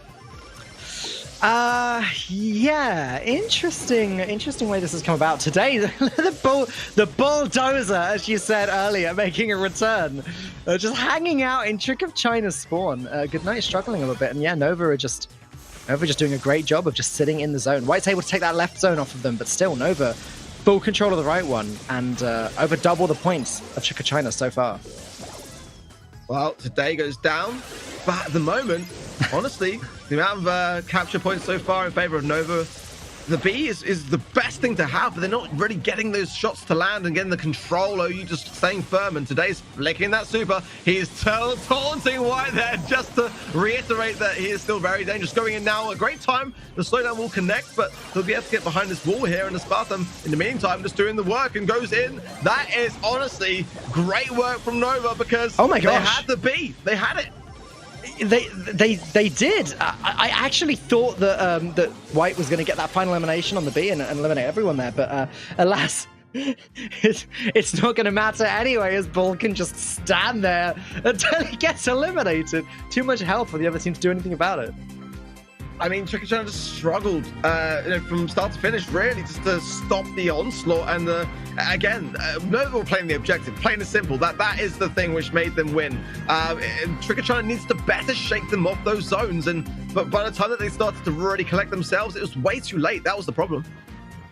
Well, it's not going to be a sweep from Trick of China. I think we've established that much. Worth saying, by the way, again, if Nova can win this match without dropping a single game, it will be the first time a team has won a monthly finals without dropping a single game in any of the matches. So it's worth keeping an eye on that as well. So double history could be made, ARG. History being made all over the place here. How many records are being broken in this moment in time right now? To be fair, like this is gonna be a first. Can we break any more records, Ark? How can we manipulate the situation into breaking more records? Oh my goodness me. I wonder what the longest word ever said on a Brawl Stars broadcast is. I wonder if we can say like a really long word and break another record. I'm sure you'll be doing some background Googling in the meantime, but into this next game to fire one. Dry season up next, and again, bans very specific around this particular map. It's going to be, I feel, some good bans all around, really. That Colonel Ruffs, which has been so dominant, going to be a good one to have out the mix here as well. But a lot of things that I don't tend to see, or rather a lot of things I do tend to see in other regions, not showing their faces as much today. I'd like to see a bit more Bell, to be honest. I'd like to see more Hyper, a little bit more than we've seen so far today. TIG great for controlling dry season. Leon, I think it's fair, will probably come out to play as well. But anything you'd like to see here? Dry season is such an odd map, Arc. Like I feel like I've seen every possible strategy under the sun work on this map, whether it was just brute forcing it with the melee brawlers, or whether it's sitting back in the bush and with your pipers and your bell and that kind of thing. Obviously, something we've seen more and more recently is players pushing forwards and trying to hide in the bush close to the enemy spawn and keep them spawn trapped. But honestly, I agree that anything could happen. But yeah, I would expect to see Bell. Bell is a brawler that we've barely seen today.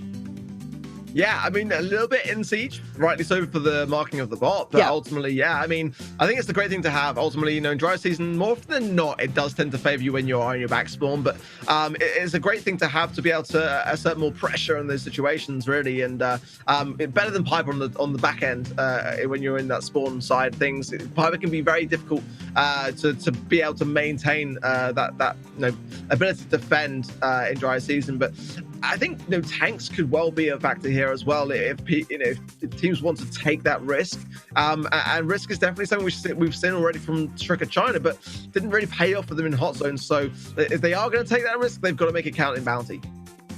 They have. Well, we will be seeing the first game of Bounty any moment now. It seems like the teams are just taking a little bit of extra time working out exactly which strategy they want to go with, which composition they're going to go with, because there is that element of rock, paper, scissors in this, isn't there, Ark? There is that element of, we saw in the first game of Hot Zone, we saw the Primo strategy get matched up against the Spike.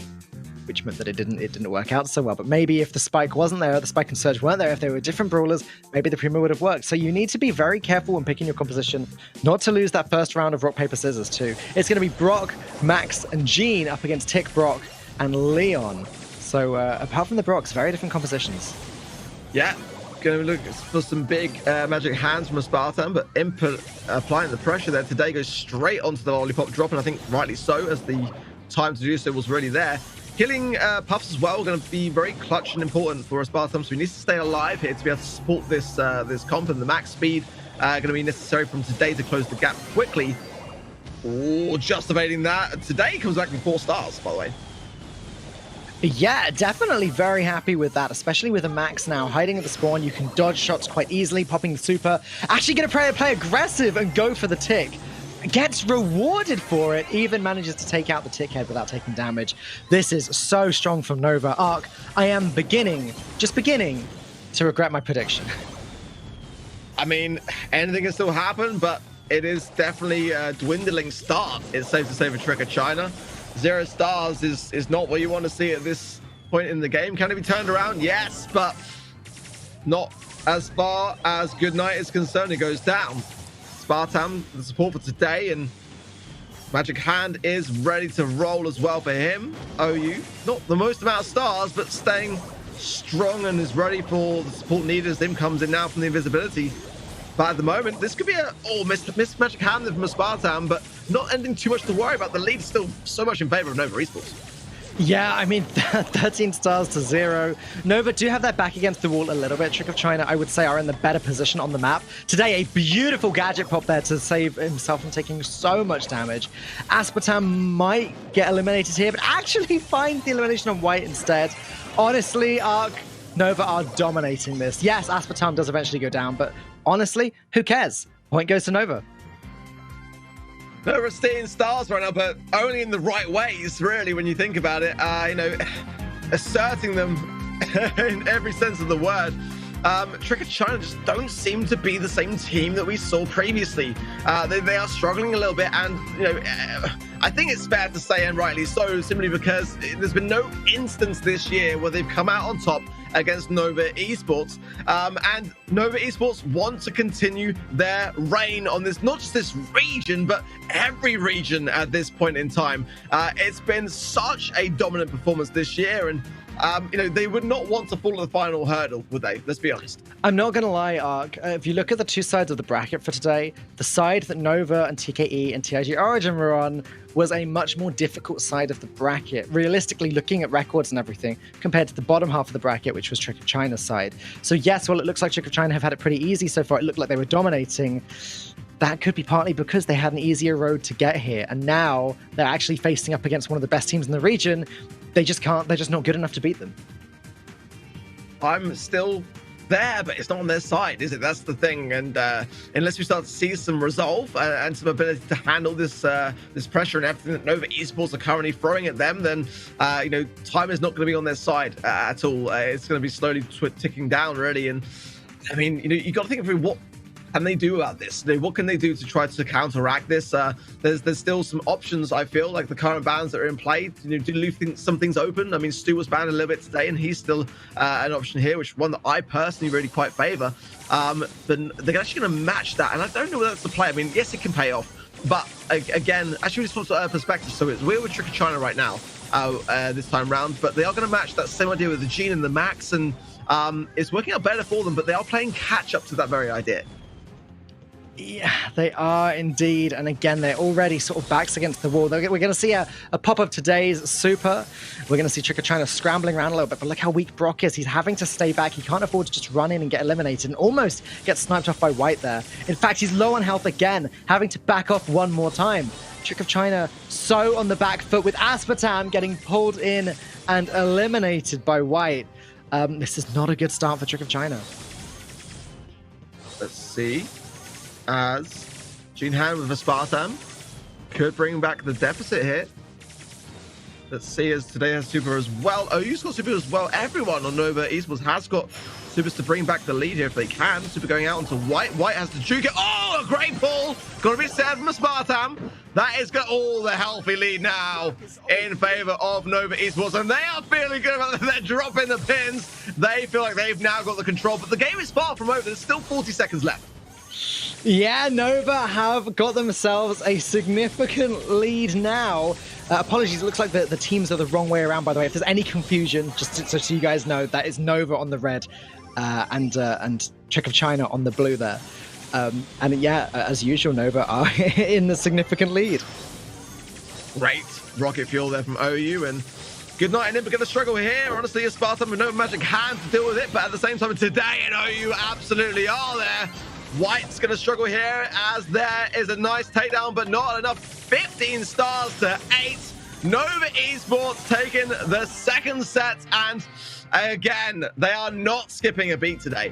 They are just not slowing down. They're not hesitating. While the start of that game wasn't the strongest for them, they soon picked it up by the halfway point, and they were dominating by the end. Again, apologies for the slight confusion early on there due to the teams being switched over. But yes, it was Nova that took that one down. There you go. This is the correct way around here from the first game. Well, like you rightly say, Falcone, they were behind. It wasn't the greatest of starts. But at the same time, they were able to claw it back. And that's what is the sign for me of a great team. That ability to look into the face of defeat and go, not today. And there you have it. Nova take set 2.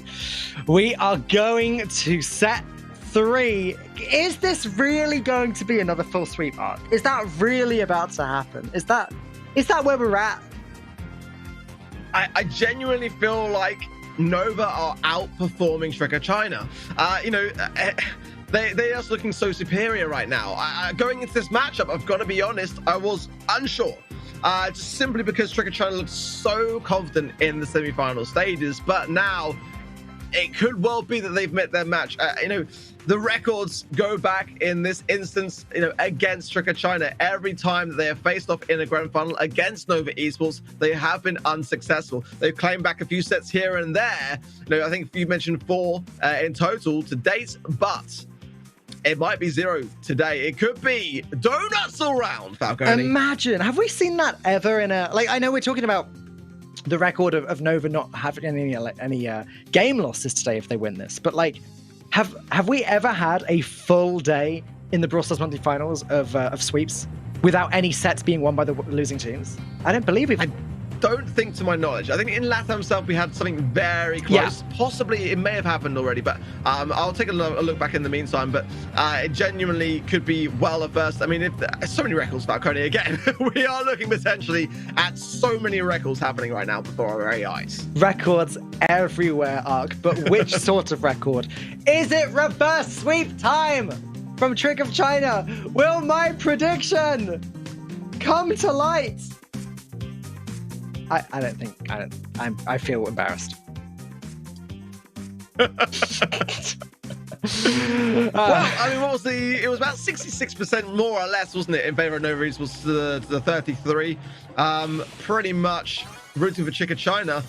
I think they've got the ability to do it, but I mean, again, they've already qualified for Worlds, so that they're already in good spirits. They know it's not going to make the biggest amount of difference. The seed's already locked in, so ultimately, they're still feeling good about things no matter what. Would they like to go to Worlds, having been able to take down the giants of this region, the 99 boss of this region that is Nova Esports? Yeah, they absolutely would like to do that. But as time goes on, again, it's becoming less likely as Nova just eating up this momentum and just throwing everything back at Trick of China. Yeah, not much to add from that arc. Trick of China need to start to build it up now. And to be fair, they've got control of the center. They've got 5 gems. They're looking okay for this game. It's the best game they've played so far by this point. Aspartame is pushing forward, but does just get wiped out by White. White as well with the super just shutting Nova down for now. Arc, genuinely, this could be Nova's first game loss. You could well be right there. They've got some ideas still in hand to be able to counteract this, but Imp on the hunt, shows his face now at a very bad time for him. That should allow, yeah, a very swift takedown. Good Night is weak as well. We'll need to consider Gadget here, but not looking to pop just yet. But that will give a bit of time back in favor of Nova Esports for Spartan to gain his super, to have something to maybe perform a clutch moment here. As are you connecting nicely and staying in lane as well, so it's not over yet. It's not over yet. I thought Goodnight was going to grab that, but wasn't actually able to, and now they've been pushed back. Imp able to sneakily grab the 10th gem. Will he survive with it? Yes, he will. Gets the 10th gem, runs away. Is this the end of Nova's hopes for the cleanest sweep we've ever seen in a monthly final? I think it might be, Ark. Wait, wait, wait, No! wait! No way! Oh my word, the clutch of the Crow coming in strong for Nova Esports. Oh my days. I mean, Falcone, that is a moment where you're genuinely eating your words, aren't you? Oh my days. What was that? Are you good? I'm good. I'm good. That was wow, that was quite the save.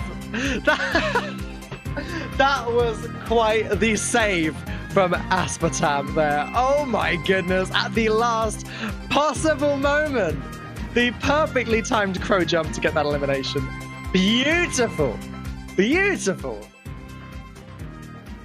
Oh my days. That was the final millisecond of the millisecond there. And again, just before I said, is the Spartan going to have enough time to earn his super for a clutch play? I mean, what a poetic thing to say into that play. I thought that when he jumped, there's no way he's going to land this in time. That is all over. Match point for Nova Esports in the most fantastic of styles of going about it. I mean, they just look unstoppable. I'm just going to say it. They've surely got it in the bag now. Yeah, you'd think so. Sorry, I'm still just trying to get over that. It's exciting. It means the record is still intact, right? It's still possible. Or the best reverse sweep we've ever seen in a finals is also possible. Hey, what? Traitors! I'm sure there were 34 on my side earlier. What happened to the other 4% of you? I feel like the audience is leaving your confident, composed nature and yeah. Traitors! Backstabbers! That's one way of looking at it. They're too afraid to take the rap when they make a mistake, they vote wrong. They're too afraid to stand with their decision and wait for it to go right. Instead, they're just going to set me up like the fool guy. I think it's warranted. I unacceptable. Do you know what? I didn't want you on Team Trick or China anyway. I didn't want you on this team. Ark, Trick or China are still going to reverse sweep this. I believe. I think every time you've said that at this moment in time, that that's never happened. Every time that you say reverse sweep, name one time. This time. Okay. All right. Okay. It's Gem Grab. It's Hard Rock Mine. Let's get into this. Nova already pushed back early on. OU as Pam is going to try and stand at her ground, though, getting a little bit close to the center. No healing turret available just yet. Okay, well, much different in terms of the comps here. Pam coming out to play for Nova Esports. I'm going to stay on that Leon. He was doing great work with it last game, so the healing station will be quite an important factor here for OU to have as a good defensive measure for the Leon side of things. And Spartan will go down in the mid. Nova, again, with a bit of a slow start, as we've seen in a couple of the games in the set so far today against Trick or China. But they need to start to gain their supers to gain a bit of an advantage here, as Trick or China are gaining this lead quite helpfully so. 7 gems almost in the pocket. Yeah, Trick or China looking pretty solid, but to be fair, they were looking solid until the last possible moment in that last game. So I don't want to make any calls just yet. A nice super from White, although it's going to get countered by Today on the Gene Pool. And now Nova do have control of the mid. OU goes down, which is a bit of a problem, as Today and Aspartame are having to retreat back. Goodnight has super ready to go, so a big chunky amount of healing ready, and of course the lollipop from Leon to keep him concealed. Trick or China still looking pretty good here. White has got his super today. He's got Magic Hand. Nice defensive measures there as the Spartan pops the let's go as well. Good night, very low. He's going to be forced back behind that lollipop, drop safe and sound, but can today make a clutch moment here of the magic hand? He's going to have to get a very good pull. It's going to have to be on either Good Night or Imp to be able to bring back some gems in their favor, but they are getting now better in control. Spartan, though, finds White. White finds him. Rather, there's a super going now as well. Magic hand missed from today. Nova is starting to crumble. Oh, no. Okay, well, here we are again. The same position once more. How much do Nova care about this undefeated record? Because this is the moment. Good Night or Imp, one of them needs to go down. Today, and OU, they need to do something this moment. It's not going to happen, Ark. Look how low Good Night is on health. The reverse sweep begins, Ark.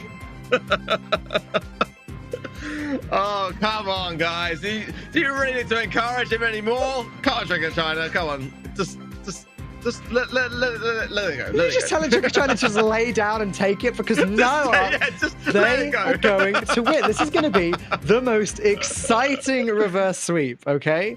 I'm so ready for it. Here's the replays of the last game. And look, Trick of China were dominating. The last possible moment, almost. OU was almost able to find the elimination with the PAM, but not quite. And now, Trick of China get their first win on the board. There goes Nova's undefeated record. They have just taken their first game loss of the day. And Trick of China have started to pick up some momentum. First game lost, not the first set loss, so we still got that 3-0s to look forward to, and again, a lot of work for Trick of China. I'm still rooting for them in the background, by the way. I mean, I kind of joke, but I would love to see nothing more than for them to shine and turn us around, because that would be a huge statement going into the World Finals. I'm always looking to root for someone to be able to make a statement in the final possible moments. It's just a big uphill struggle, but I hope for the sake of Trick of China that is the first movement towards greatness in this series, because again, being up against Match Point against Nova Esports, and they've only ever gone through to verify their wins every single grand final going forward. So it would be a huge upset if Trick of China can make this happen. Well, White looking okay at the moment, staying alive on the left, got the healing from Good Night coming in. Nova have control at the moment. Once again, OU on the Byron this time. He's going to be doing an okay job of just keeping the other team away and keeping his team safe. Today, pushing on the right side, Sandy up against Leon, and the Leon is going to win. Trick of China seems to have a slight advantage here, except Aspartam does get a trade off against Good Night. Trick of China still just about in control. Just about.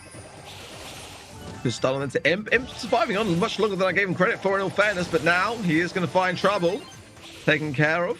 4 gems to the 5 of Trick of China. White in a good spot. Not a massive fan of the call, gotta be honest, but at the same time, it can make some nice moments happen. There's a nice flying hook to keep those gems alive, but White carrying those 2 there. Oh, nice takedown from today. There goes the root sounds going. Actually, there's healing wins. White gonna go down as well. Nova Esports gonna come back gem hungry, and that is countdown almost reset, but now yet again for Nova Esports. Aspartam staying alive for now. White needs to do something, but is so low on health. Imp pushing forwards while invisible isn't going to find the elimination on OU.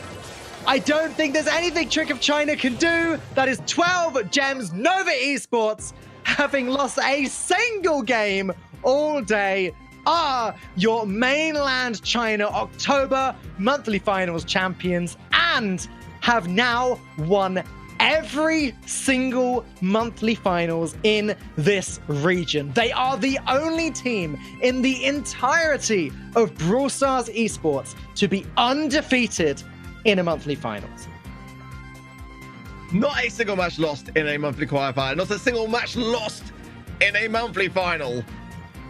Absolutely insane. Nova Esports at the top of their game, going into the World Finals in the best possible way. You gotta hand them a massive congratulations to them. What a year it has been.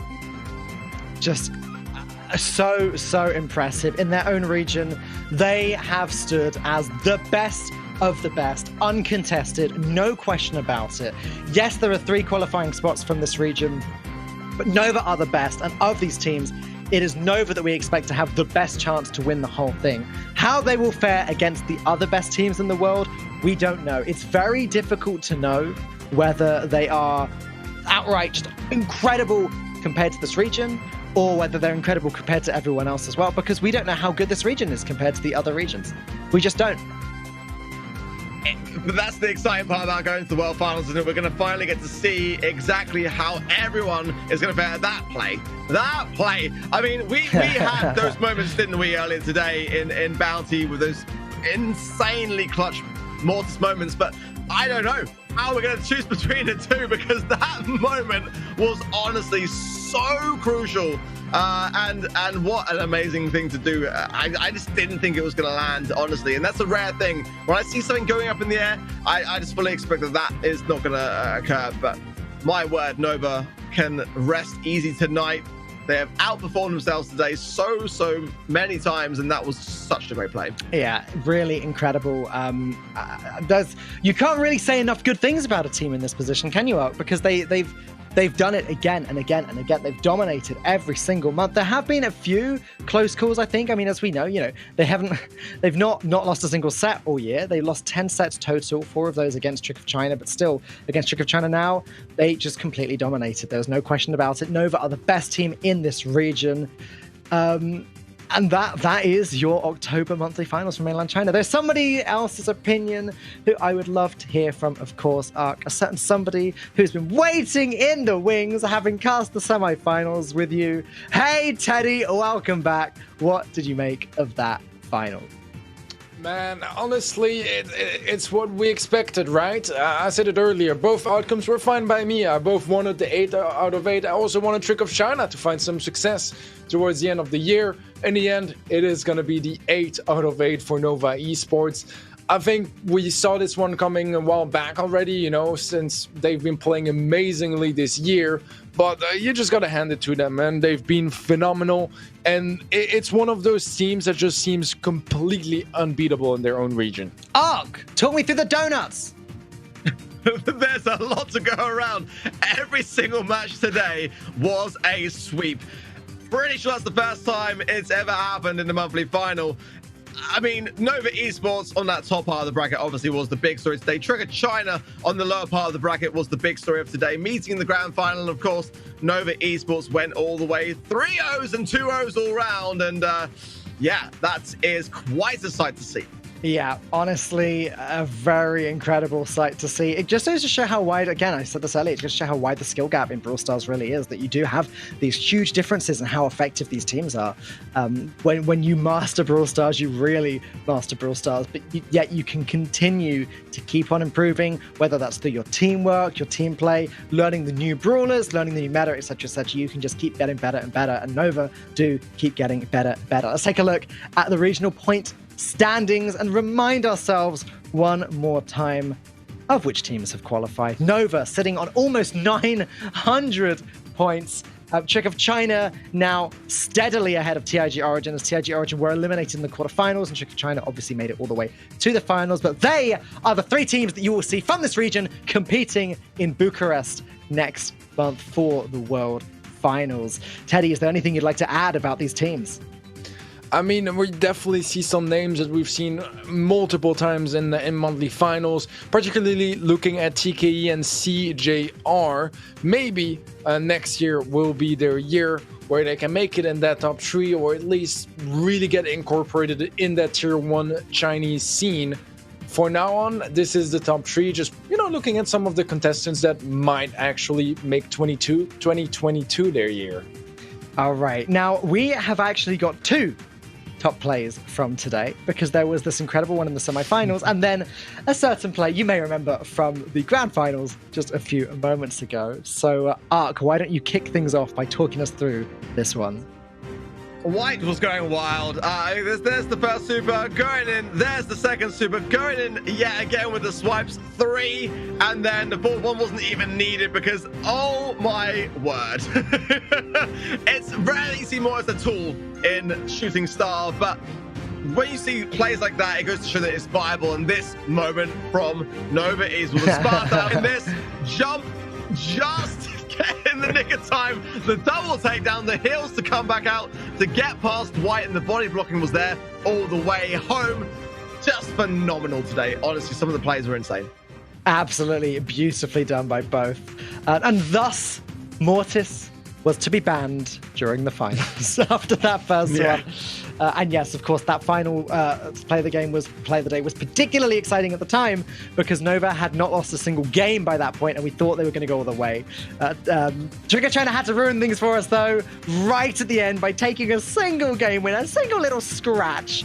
But it was just a scratch, as Nova did then go ahead and win the whole thing. So they are your top plays of today. There have been very, very cool plays all day today, although it was a fast day, Teddy. I don't remember having a broadcast where that ended this early in the Brawl Stars Championships this year. Man, honestly, it's just been sweep after sweep, you know, and some of those games, not only were the matches quick, most of the games were extremely quick as well, you know, so in the end, you end up having, some 20-minute matches, not even. But here are the leaderboards for who will be attending the World Finals in Bucharest next month. We have AITnCB and Phil in Esports for LATAM South, Tribe Gaming NA, and SCM and Esports for NA and LATAM North, Zeta Division in East Asia, also with Queen Nai, Navi in ECA, Team Flash for Sessa and ANS. In EMEA, we'll be sending over SK Gaming, AC Milan Clash, Tribe Gaming EU, Bunker Rock Esports and Reply Totem, and finally, from mainland China, Nova Esports, Trick of China, and TIG Origin. I'm feeling cruel, Ark. Why is that? I want you to name two teams that you're particularly excited to see next month at the finals. Oh, you can't do that to me. I've just done it. I mean, we're biased, right? We've obviously got to shout out EMEA because I feel like they've had some of the most exciting games this year. At the same time, I've really enjoyed, I've got to say, casting some of the LATAM South stuff as well. I genuinely have been loving some of their plays. I can't call out one team, honestly. I think this year's been so thoroughly enjoyable to watch across all the regions, and I'm sure everyone at home will agree. You know, being able to watch this kind of level of caliber of player or team across all of these regions, we're so fortunate to have so much diversity in Brawl. Okay, well, do you know what, Teddy? I'm not going to ask you the same question because Ark didn't actually answer anyway. So it's not fair that I get you to do it when Ark didn't. Either way, that is it for the Mainland China October Monthly Finals. We will be back at 4 p.m.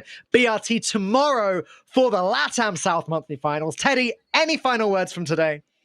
Man, this has been an incredible year of monthly finals already. Still got one to go tomorrow. But honestly, just, super excited to see all those regions wrap up. The end of so many different stories, at least for this year until Worlds. And so excited to actually, get to watch those World Finals and see who will be the best teams, not in their region, but in the entire world. Absolutely. None of us can wait for that. How about you, Ark? Final thoughts on this region?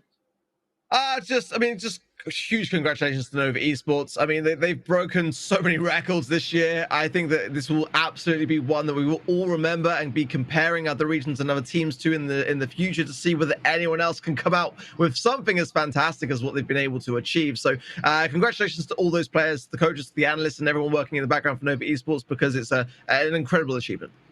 All right. Well, one more time, guys. Do not forget to come back at 4 p.m. BRT tomorrow for the final monthly finals of the year. It is LATAM South. A huge thank you to our wonderful production team, of course, as well as to the Supercell Esports team and everyone involved in making these fantastic shows come together. Thank you so much to you, Ark, and you, Teddy, for being fantastic colleagues to work alongside with. And thank you to everyone at home for watching. We've had a great time. We hope you have as well. We'll see you tomorrow at 4 p.m. BRT.